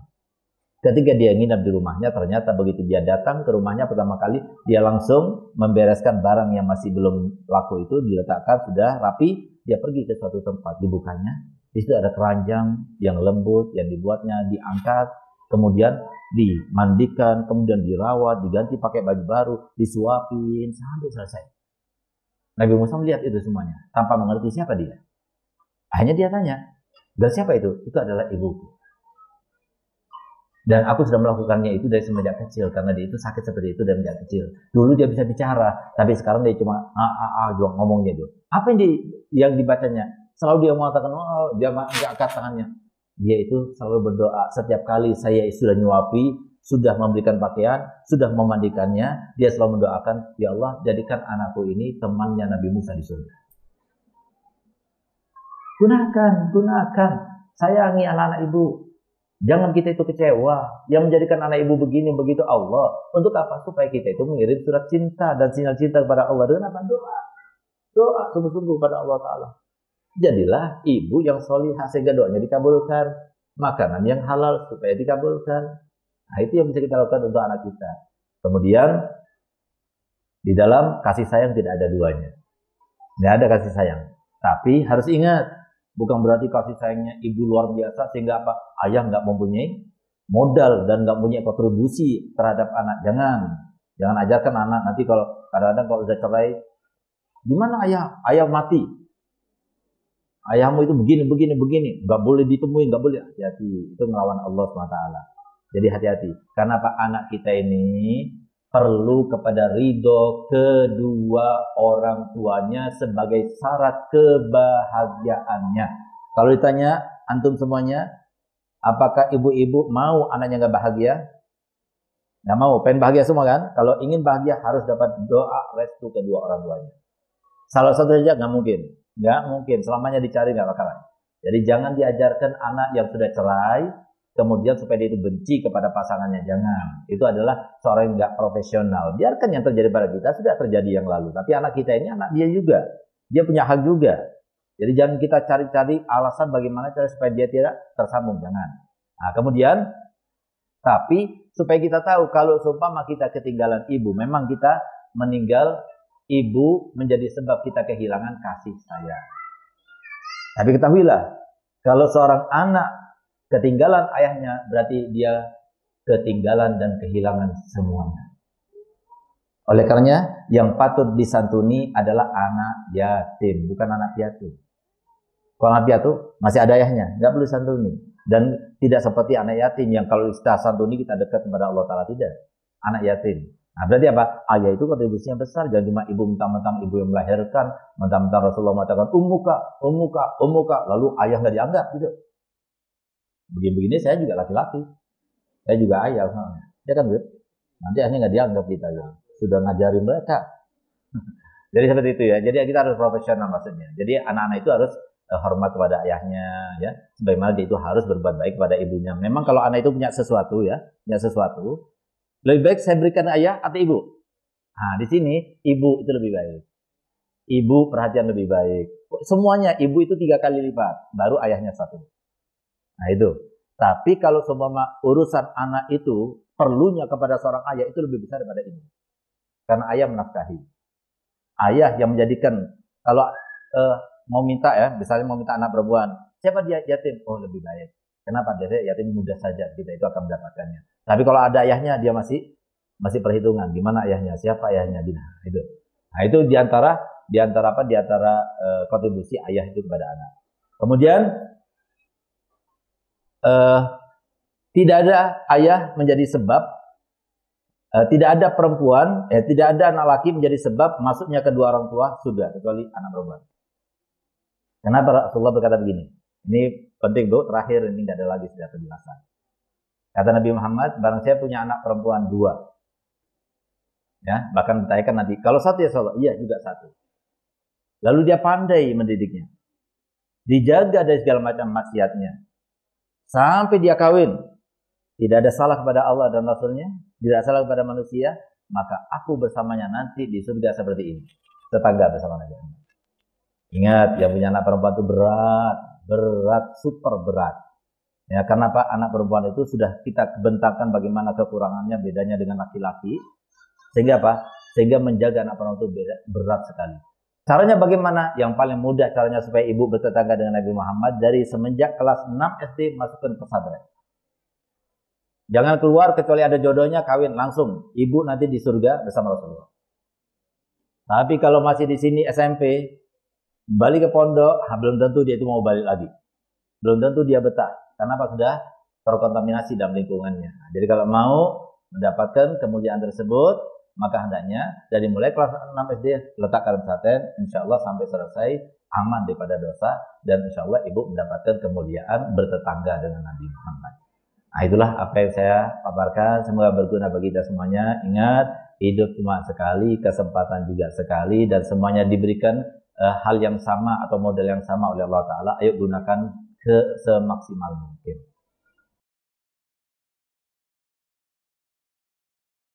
Saya Famiran Esa dari Barangay ingin menanyakan bagaimana caranya agar kita tidak mudah tersinggung menghadapi sikap orang lain terhadap kita. Ya, baik ya. Itu pertanyaan yang baik. Termasuk diantara kemadharatan seorang wanita itu, perempuan itu sifatnya diberikan Allah Ta'ala sentimental ya. Jadi halus perasaannya, sehingga orang begini aja mandang lain, ngomong begini lain, sehingga itu jadinya su'dzon, berprasangka buruk. Nah, oleh karena itu begini, jadi hendaknya untuk mengatasi yang semacam ini, kita harus tahu bahwasanya Nabi SAW telah bersabda, "Lau kana awwalukum wa akhirukum wa insukum wa jinnukum." Mereka semua bersatu padu kalau seumpama semua orang dari mulai awal sampai akhir, manusia awal sampai akhir, yang jin maupun manusia, semua bersatu padu untuk memberikan satu kebaikan pun untuk kalian, apakah bisa terlaksana kalau Allah nggak berkehendak? Nggak bisa. Begitu pula sebaliknya, kalau semuanya bersatu padu untuk memberikan kemadharatan atau bahaya kepada kalian, kalau seumpama Allah nggak berkehendak, bisa terlaksana? Nggak bisa. Artinya apa? Semua gerakan dan ucapan dan tindakan dan keadaan semuanya dengan izin Allah. Sasarannya siapa? Kita. Sasaran kita. Kita diuji, kita dicoba dengan interaksi itu. Bagaimanapun bentuknya. Tujuannya apa? Tujuannya 3. Mau dihapuskan dosa kita, mau diangkat derajat kita, mau diberikan pahala kita. Kalau kita meresponnya seperti yang diajarkan oleh Nabi Muhammad. Apa diajarkan oleh Muhammad? Husnudzon. Carikan alasan, bukan kepada kita itu kejelekan dan kejahatan. Sebagaimana kata Imam Syabasi, kalau ada sesuatu yang tampaknya kurang baik kepada kita, carikan alasan buat dia supaya apa yang dilakukannya bukan kepada kita. Sampai 70 alasan. Kalau salah satu daripada 70 alasan itu tidak ada yang tepat kepadanya, kamu katakan, yang pasti dia berbuat begitu bukan untukku, walaupun aku tidak tahu alasannya apa. Selesai, selamat hari kita. Enak hidup kita. Kalau kepada orang lain seperti itu, apalagi pada suami, jangan su'dzon, datang suami su'dzon, mau keluar suami su'dzon, datang malam su'dzon, jangan-jangan, itu jangan dari setan itu. Ya, serahkan pada Allah. Suamiku di luar bukan suamiku. Suamiku di luar itu adalah hamba Allah. Suamiku di dalam itu adalah suamiku. Karena Pak, suami itu berarti label yang harus kita terapkan dan laksanakan posisinya itu. Tapi di luar kan bukan. Kita kan nggak wajib apa-apa. Wajib kita itu melaksanakan kewajiban kita sebagai istri kepada suami kalau di depan suami. Nah, tapi kalau nggak ada suaminya berarti itu orang lain. Gitu, anggapnya begitu. Jadi enak. Jadi seperti itu. Kalau semuanya dipikirkan, ya akhirnya kata Ibnu Haddad itu, man balan nas mata waman. Kalau selalu peduli dan memikirkan setiap ucapan, setiap tindakan yang dilakukan oleh manusia, matinya sumpek. Nah, jadi untuk apa? Yang penting ente nggak salah sama orang, itu aja. Yang penting kita nggak salah sama orang. Tapi kalau orang mau bicarakan kita, melirik kita, sinis kepada kita, jangan pedulikan. Kenapa? Karena itu urusan dia sama Allah. Nanti nggak? Jadi kita ini baik dipikirin, nggak baik juga dipikirin, rugi. Tapi lebih baik kita baik, nggak baik itu pasti dibicarakan sama orang. Bicara orang nggak usah dipedulikan. sebagaimana hal itu sebagai pesan daripada Allah Ta'ala dalam Al-Quran, wa idza khotabahumul jahiluna qalu salama. Contohnya, datuknya Habaib sama Syara'if ini namanya Sayyidina Ali Zainal Abidin. Sayyidina Ali bin Husain bin Fatimah binti Rasul. Sayyidina Ali itu datang satu orang, nggak ada sebab. Kamu ya, sok-sok ngaku zuriat Nabi. Kamu itu begini-begini, depan orang sholatnya, kamu begini-begini. Diam, senyum saja. Kemudian apa katanya? Jazakallah khair, terima kasih banyak. Hanya engkau yang memberitahukan kejelekanku. Terima kasih banyak. Orang-orang yang lain nggak mau memberitahukan kejelekanku. Tapi ketahuilah, yang tidak kamu ketahui lebih banyak di dalam diriku. Selesai. Itu respon diajak oleh Nabi Muhammad. Harusnya seperti itu. Ngapain kita ngomongin orang? Emang omongan orang itu bisa menjadikan kita itu wali? Omongan orang itu bisa menjadikan kita dengarkan omongan orang, langsung dapat alfa? Nggak ada.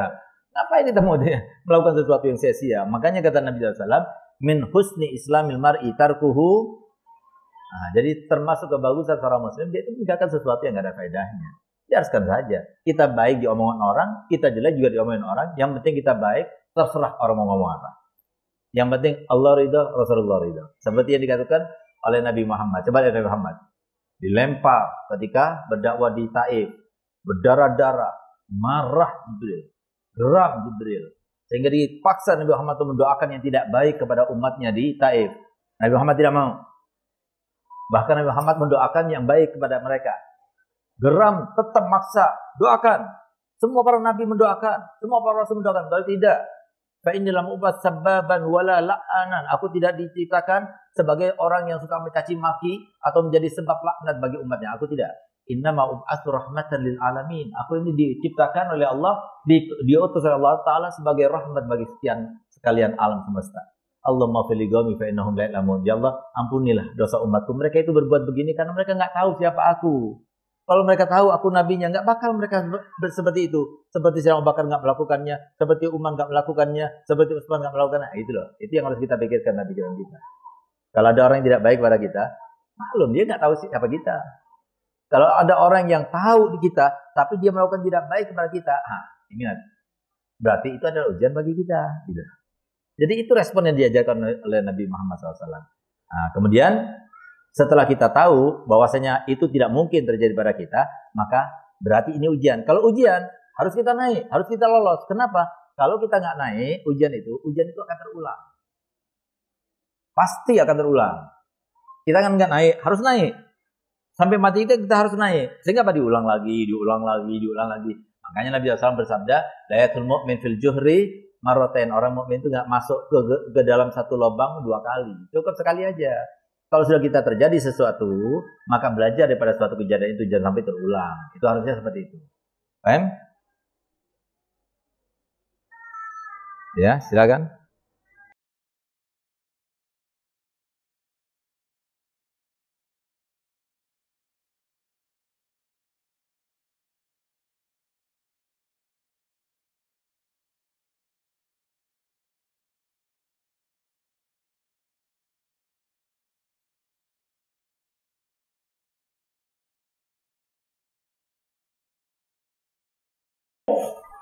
Terima kasih kepada Ustadz atas pemaparan yang luar biasa, dan kami melihat dari safari dakwah Ustadz ini luar biasa. Jadi kami dari perempuan mau meminta motivasi serta tips dari antum bagaimana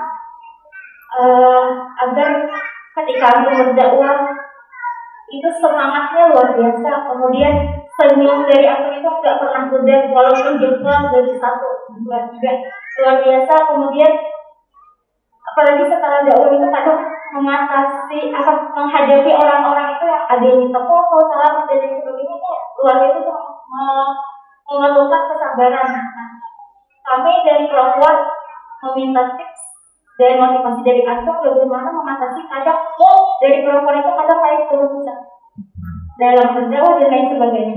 Terima kasih. Assalamualaikum warahmatullahi wabarakatuh. Waalaikumsalam warahmatullahi wabarakatuh.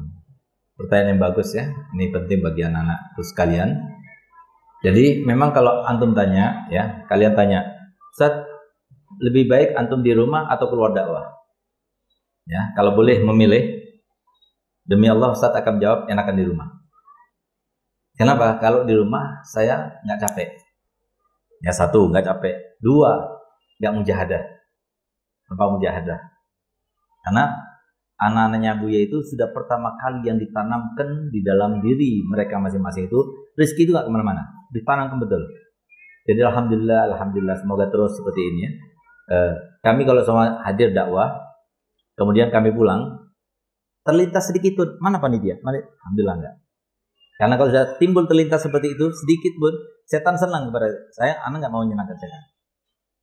Tapi yang ingin anak lakukan, anak bunuh setan, anak bikin setan itu marah terus. Dan anak nggak peduli. Gitu. Jadi harusnya seperti itu. Tapi masalahnya, kami teringat kepada ucapannya Abu Habib Hasan kepada kami. Waktu itu kami berumur antara 7 sampai 11 tahun. Abu Hasan bilang begini, Segaf, Abi nggak pernah maksa kamu menjadi seorang alim. Nggak pernah. Silahkan mau jadi pengusaha, silahkan. Mau jadi anggota TNI Polri, silahkan. Mau jadi anggota DPR, DPRD, silahkan. Mau jadi apa saja, silahkan. Tapi kalau seumpama kamu memilih jalur ilmu seperti Abi ini, dan Abi sudah katakan kepadamu, nggak ada yang lebih baik daripada menjadi ustadz, jadi dai, jadi alim. Kalau kamu sudah memilih ilmu sebagai jalur hidupmu, jalan hidupmu, mulai saat itu kamu bukan milikmu, kamu bukan milik keluargamu, kamu milik Allah dan Rasulnya. Sehingga kalau seumpama kalian tanya anak-anak yang di sini dari mulai Afifah semuanya, anak-anaknya Ustadz itu yang terutama Sinada Rahma itu lama di rumah. Berapa lama di rumah hikmah? 7 tahun. 7 tahun. Pernah Rahma melihat 1 minggu ada 1 hari aja Ustadz nggak olahraga. 1 hari aja Ustadz nggak olahraga. Enggak. Semuanya olahraga. Kalau nggak bola, futsal. Nggak futsal, ya treadmill. Kenapa demikian? Karena satu-satunya untuk menjaga badan ini supaya tetap staminanya itu adalah olahraga. Sehingga apa?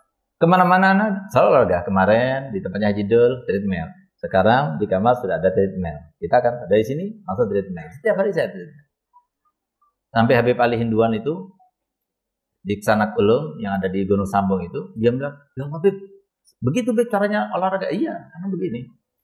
Jadi kuat banget gitu. Nah, jadi karena olahraga inilah, jadilah kemudian saya makan jaga. Bukan untuk saya, tapi ini bukan milik anak lagi. Ini milik Allah dan Rasulnya. Salah sendiri, kenapa anak dulu milik ilmu? Kalau anak milik bukan ilmu, itu serah ulun. Tapi sekarang karena sudah milik ilmu, ya berarti kita ini punya Rasulullah SAW. Sehingga kita harus jaga makan ini nggak boleh karena membahayakan. Nah, kita jaga tidur harus jaga, kita jaga semuanya kita jaga untuk Rasulullah. Nah, kemudian kenapa saya bisa senyum terus? Saya nggak punya uang banyak, ya, untuk memberikan semua supaya mereka itu senyum itu saya nggak bisa. Karena memang saya nggak punya usaha, ada investasi kecil-kecilan. Sehingga satu-satunya bisa menyenangkan orang sebagaimana sabda Nabi SAW. Kamu tidak bisa menyeluruhkan uangmu pada seluruh manusia, tapi dengan senyum kamu bisa menyebarkan semua kebaikan. Orang yang sumpah, orang yang sedih, orang yang bermasalah dengan suami, baru saja dimarahi suami, melihat Ustaz tersenyum, pasti dia ikut tersenyum. Kenapa? Itulah manusia sifatnya. Kalau melihat orang tersenyum pasti senang. Buktinya, seperti kebiasaan antum semuanya. Seperti hobinya antum semuanya ketika melihat sinetron itu loh. Itu kan hobinya kan. Kalau melihat sinetron itu ada yang bikin senyum sendiri. Bikin ketawa sendiri. Bikin nangis sendiri. Untuk Allah tidak nangis, tapi untuk itu nangis. Nah itu kan luar biasa. Jadi pengaruhnya itu ada. Makanya Nabi SAW mengatakan, kalau orang nggak bisa sedekah, ya paling tidak senyum lah. Nah dan ini sudah dilakukan terapi lama sudah. Dari terapinya itu di depan kaca. Terus gitu, bangun tidur senyum, sakit gigi senyum. Kenapa? Karena nggak ada yang bisa kita lakukan daripada kebaikan lebih daripada itu. Sehingga sulit mau cari fotonya Ustadz yang nggak senyum itu sulit. Coba lihat foto Ustadz yang baru diposting di IG. Apa di situ? Ayo, apa yang paling terakhir? Apa? Ustadz lagi ngapain sama Ye Alawi? main boxing. Jadi siapa yang megang perutnya duluan berarti kalah. Jadi ulun orang tuanya, abahnya. Sidin anak ulun, tapi masih kayak begitu. Kenapa? Karena ulun demi Allah bersumpah, anak ulun lebih afdal dari ulun. Jadi harus seperti itu. Jadi kalau mau jadi dakwah itu nggak perlu merasa lebih baik daripada orang lain. Jadi harus paling rendahnya orang. Kumpul sama siapa saja bisa. Jadi seperti itu. Nah, oleh karena itu maka itu kuncinya. Jadi kuncinya itu semuanya untuk Allah Rasulullah. Kalau sudah untuk Allah Rasulullah, semuanya, bahkan nyawa pun akan kami berikan. Mungkin pernah mendengar ada sebuah cerita ketika malam haul Abu Habib Hasan, yang dia itu berziarah kepada makam Habib Hasan, tiba-tiba datang rohaniyah, lalu dia menangis jadi-jadinya, tiba-tiba dia mendengar suaranya Nabi dari dalam kubur abah saya.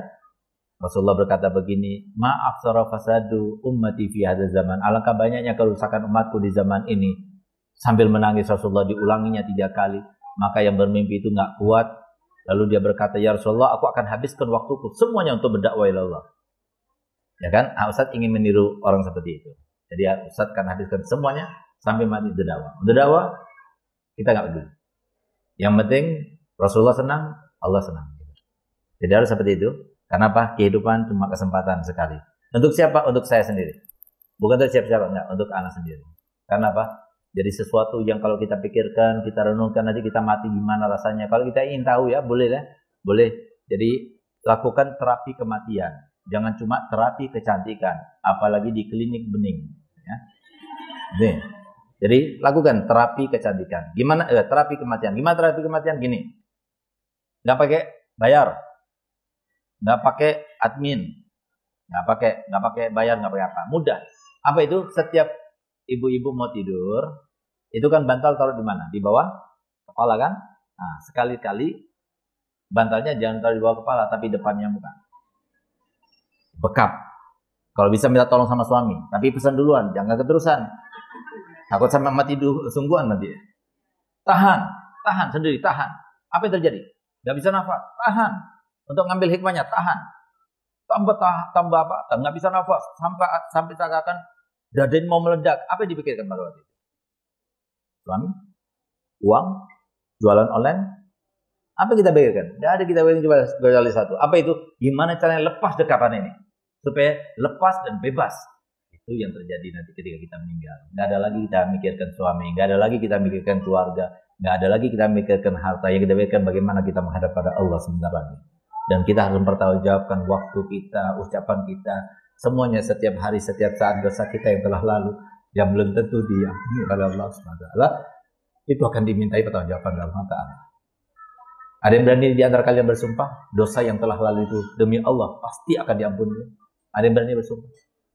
Kenapa kita tidak terisaukan dengan hal itu? Kenapa kita tidak ingat pada hal itu? Nah, oleh karenanya kita harus banyak minta maaf pada orang, minta maaf pada Allah, dan minta ampun pada Allah. Itu yang kita lakukan. Silakan Ibu Guru Kapuh mau bertanya katanya.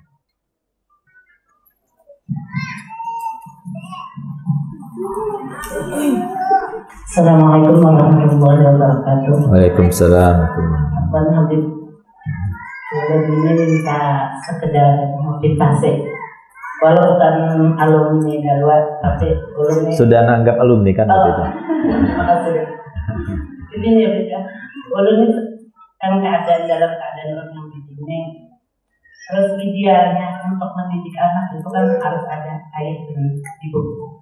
Ketika takdir mengatakan lain, alumni minta motivasi bagaimana cara mendidik anak sehingga kalian ketika kita ibu sekaligus dituntut juga menjadi seorang ibu.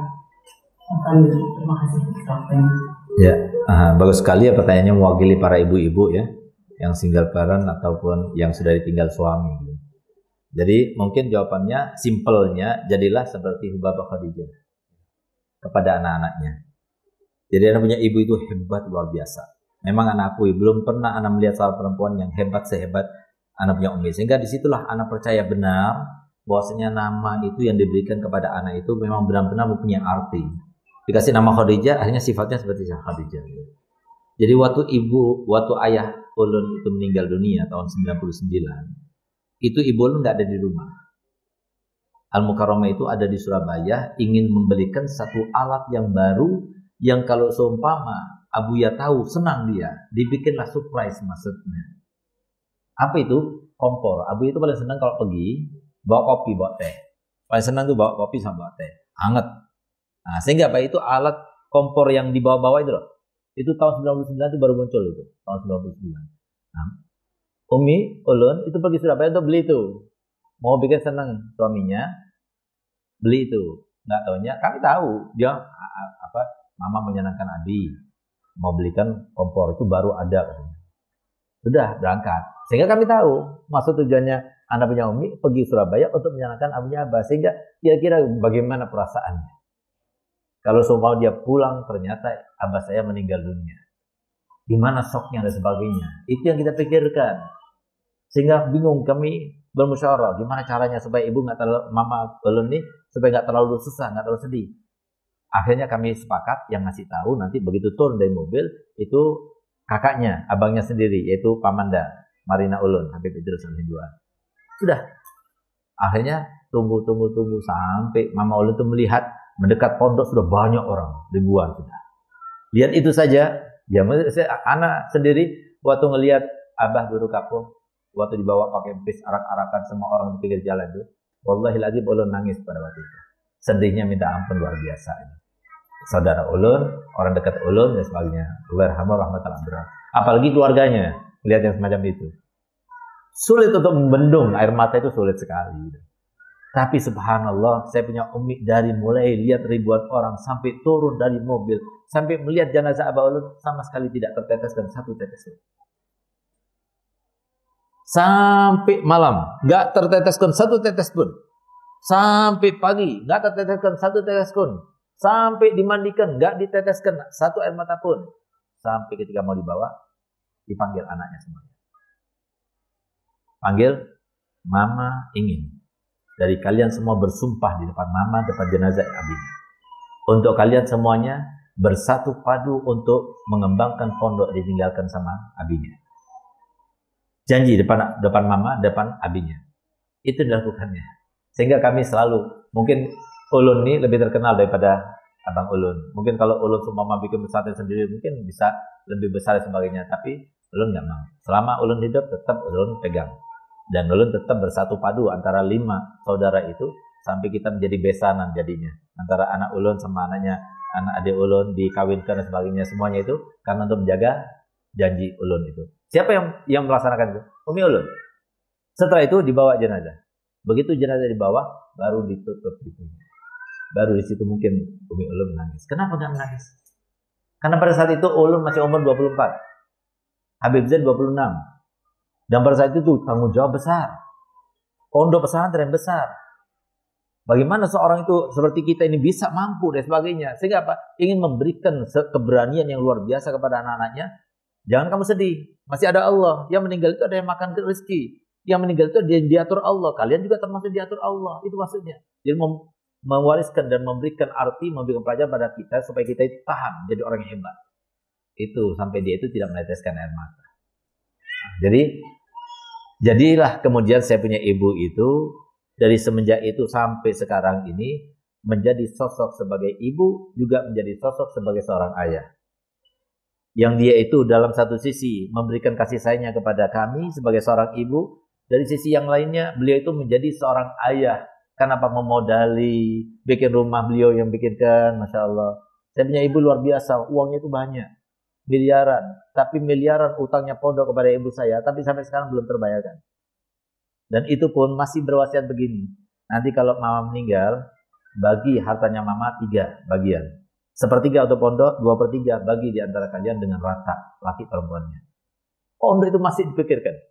Ya, berapa banyak? Sehingga apa? Sekarang ini kita mau balas dari uang pondok untuk menyenangkan Umi Ulun, kita nggak mampu. Karena banyak miliaran yang dipakai di pondok. Jadi berapa banyak Abuya Habib Hasan itu memerlukan pada uang dipinjamkan, diberikan, bahkan gelang satu-satunya warisan daripada orang tuanya Umi Ulun itu yang berapa biji itu semuanya dijual pada waktu itu sekitar 16 juta warisan, itu semuanya diberikan kepada Abuya Hasan sebagai modal dobel pesantren. Dan pada saat itu berapa tahun kemudian nggak pernah pakai emas karena dijual semuanya. Nah, ini adalah perjuangan. Nah, jadi harusnya seperti itu, seorang ibu ya kalau sudah ditinggal oleh suaminya, sebagai bakti dia kepada suaminya, bagaimana caranya pondok ini terus berkembang. Anak-anak ini terus menjadi anak yang bisa meneruskan, bahkan lebih baik daripada ayahnya. Didoakan. Doa modalnya. Nah, yang paling penting itu gimana caranya menjaga anak-anak ini supaya akur. Itu paling penting. Kenapa? Ketahuilah, Aba Guru ini seorang sosok di antara mereka yang paling dimusuhi di kandangan oleh setan. Dan tidak cukup Aba Guru meninggal lalu setan tinggal diam gitu, tidak. Masih dendam luar biasa kepada Aba Guru. Berapa banyak orang yang berubah, orang yang bertobat, orang yang insaf karena Aba Guru, maka sekarang anak-anaknya akan dijadikan sebagai tumbalnya. Akan dibikin mereka tidak bersatu, akan bikin mereka terus begitu. Tidak bakal dibiarkan terus. Oleh karenanya kan ulun minta kepada Pian sebagai seorang pengganti daripada Guru almarhum, jaga mereka dan masukkan ulun, karena mereka semua murid ulun. Kalau ada apa-apa ulun bisa intervensi kepada mereka. Itu yang bisa kita lakukan. Dan terus sambil bangun malam minta doa, fokuskan ini adalah milik Nabi Muhammad. Alhamdulillah kita khidmah pada Nabi Muhammad. Kembangkan terus bagaimana caranya supaya semua yang ada di area di tempat ini menjadi sesuatu yang menggembirakan dan bagaikan Nabi Muhammad. Sehingga apa? Enak jadi istrinya ustadz dai. Kenapa? Karena nanti waktu mereka meninggal pasti ketika nyawa dijemput, Rasulullah hadir menjemput. Beruntung. Tapi nggak tahu lagi kalau kawin lagi. Tapi insya Allah seperti itu ya. Semoga beliau panjang umur, sehat walafiat. Kalau ketentuan apapun yang terjadi itu nggak ada yang bisa kita berbuat. Allah yang mentakdirkan. Tapi semuanya artinya apa? Beruntung menjadi seorang istri daripada seorang ustadz, menjadi anak daripada seorang ustadz, menjadi ayah daripada seorang ustadz, itu beruntung. Karena apa? Nanti kemuliaannya itu dirasakan nanti di akhir. Jadi ketika meninggal dunia, Rasulullah hadir. Ketika di alam barzah bersama Rasulullah, di alam mahsyar insyaallah bersama Rasulullah, dan di surga nanti bertetangga dengan Nabi Muhammad. Mau? Nah, kenapa milih bukan suami ustadz? Ayo. Nah, itulah manusia, cuma ngomong mau gitu. Mau kawin lagi? Mau? Kalau ada yang mau. Nah, jadi semoga ini seminar ini ada manfaatnya untuk kalian semuanya, terutama untuk alumni Dalwa. Ayo tetap bersatu. Mereka itu siapa? Mereka itu saudara kita. Terutama yang sama satu alma mater itu adalah saudara kalian. Terus kuatkan, satukan, padukan. Yang hadir insyaallah mendapatkan rahmat, yang tidak hadir semoga diberikan hidayah dan diberikan nikmat juga seperti kalian semuanya. Tapi insyaallah yang akan datang lebih baik lagi. Bikin apa yang kalian inginkan daripada Ustaz, apa yang untuk penguatan keimanan, ketakwaan, silahkan. Jadi ini khusus acara untuk kalian. Laki-laki nggak boleh ikut. Gitu. Untuk kalian toh. Nah, ini mereka ini mendoakan kalian semuanya. Ya, jadi silahkan untuk ada ustadz bermanja-manjalah kepada ustadz. Seperti kalian di pondok. Gimana kalian di pondok? Gitu. Walaupun sudah ada suami, silahkan bermanja pada ustadz. Tapi manjanya ada batasnya. Manja terkait dengan ilmu. Ya, jangan manja. Suaminya marah, Ustaz. Ya gimana dong suaminya marah, Ustaz. Jangan gitu. Itu kurang ajar Ustaz. Jadi seperti itu ya. Jadi kurang lebihnya saya mohon maaf. Dan kalau semua ada kesalahan daripada ucapan ulun, nggak ada maksud, nggak ada tujuan, tapi semua itu karena kekurangan, keterbatasan ulun. Tapi kalau ada ya kelebihan, ada yang baik, itu semata-mata datangnya daripada Allah. Ihdinas siratal mustaqim, siratal mustaqim, siratal ladzina an'amta 'alaihim, ghairil maghdubi 'alaihim waladdallin. Wabillahi taufiq wal hidayah. Wassalamualaikum warahmatullahi wabarakatuh.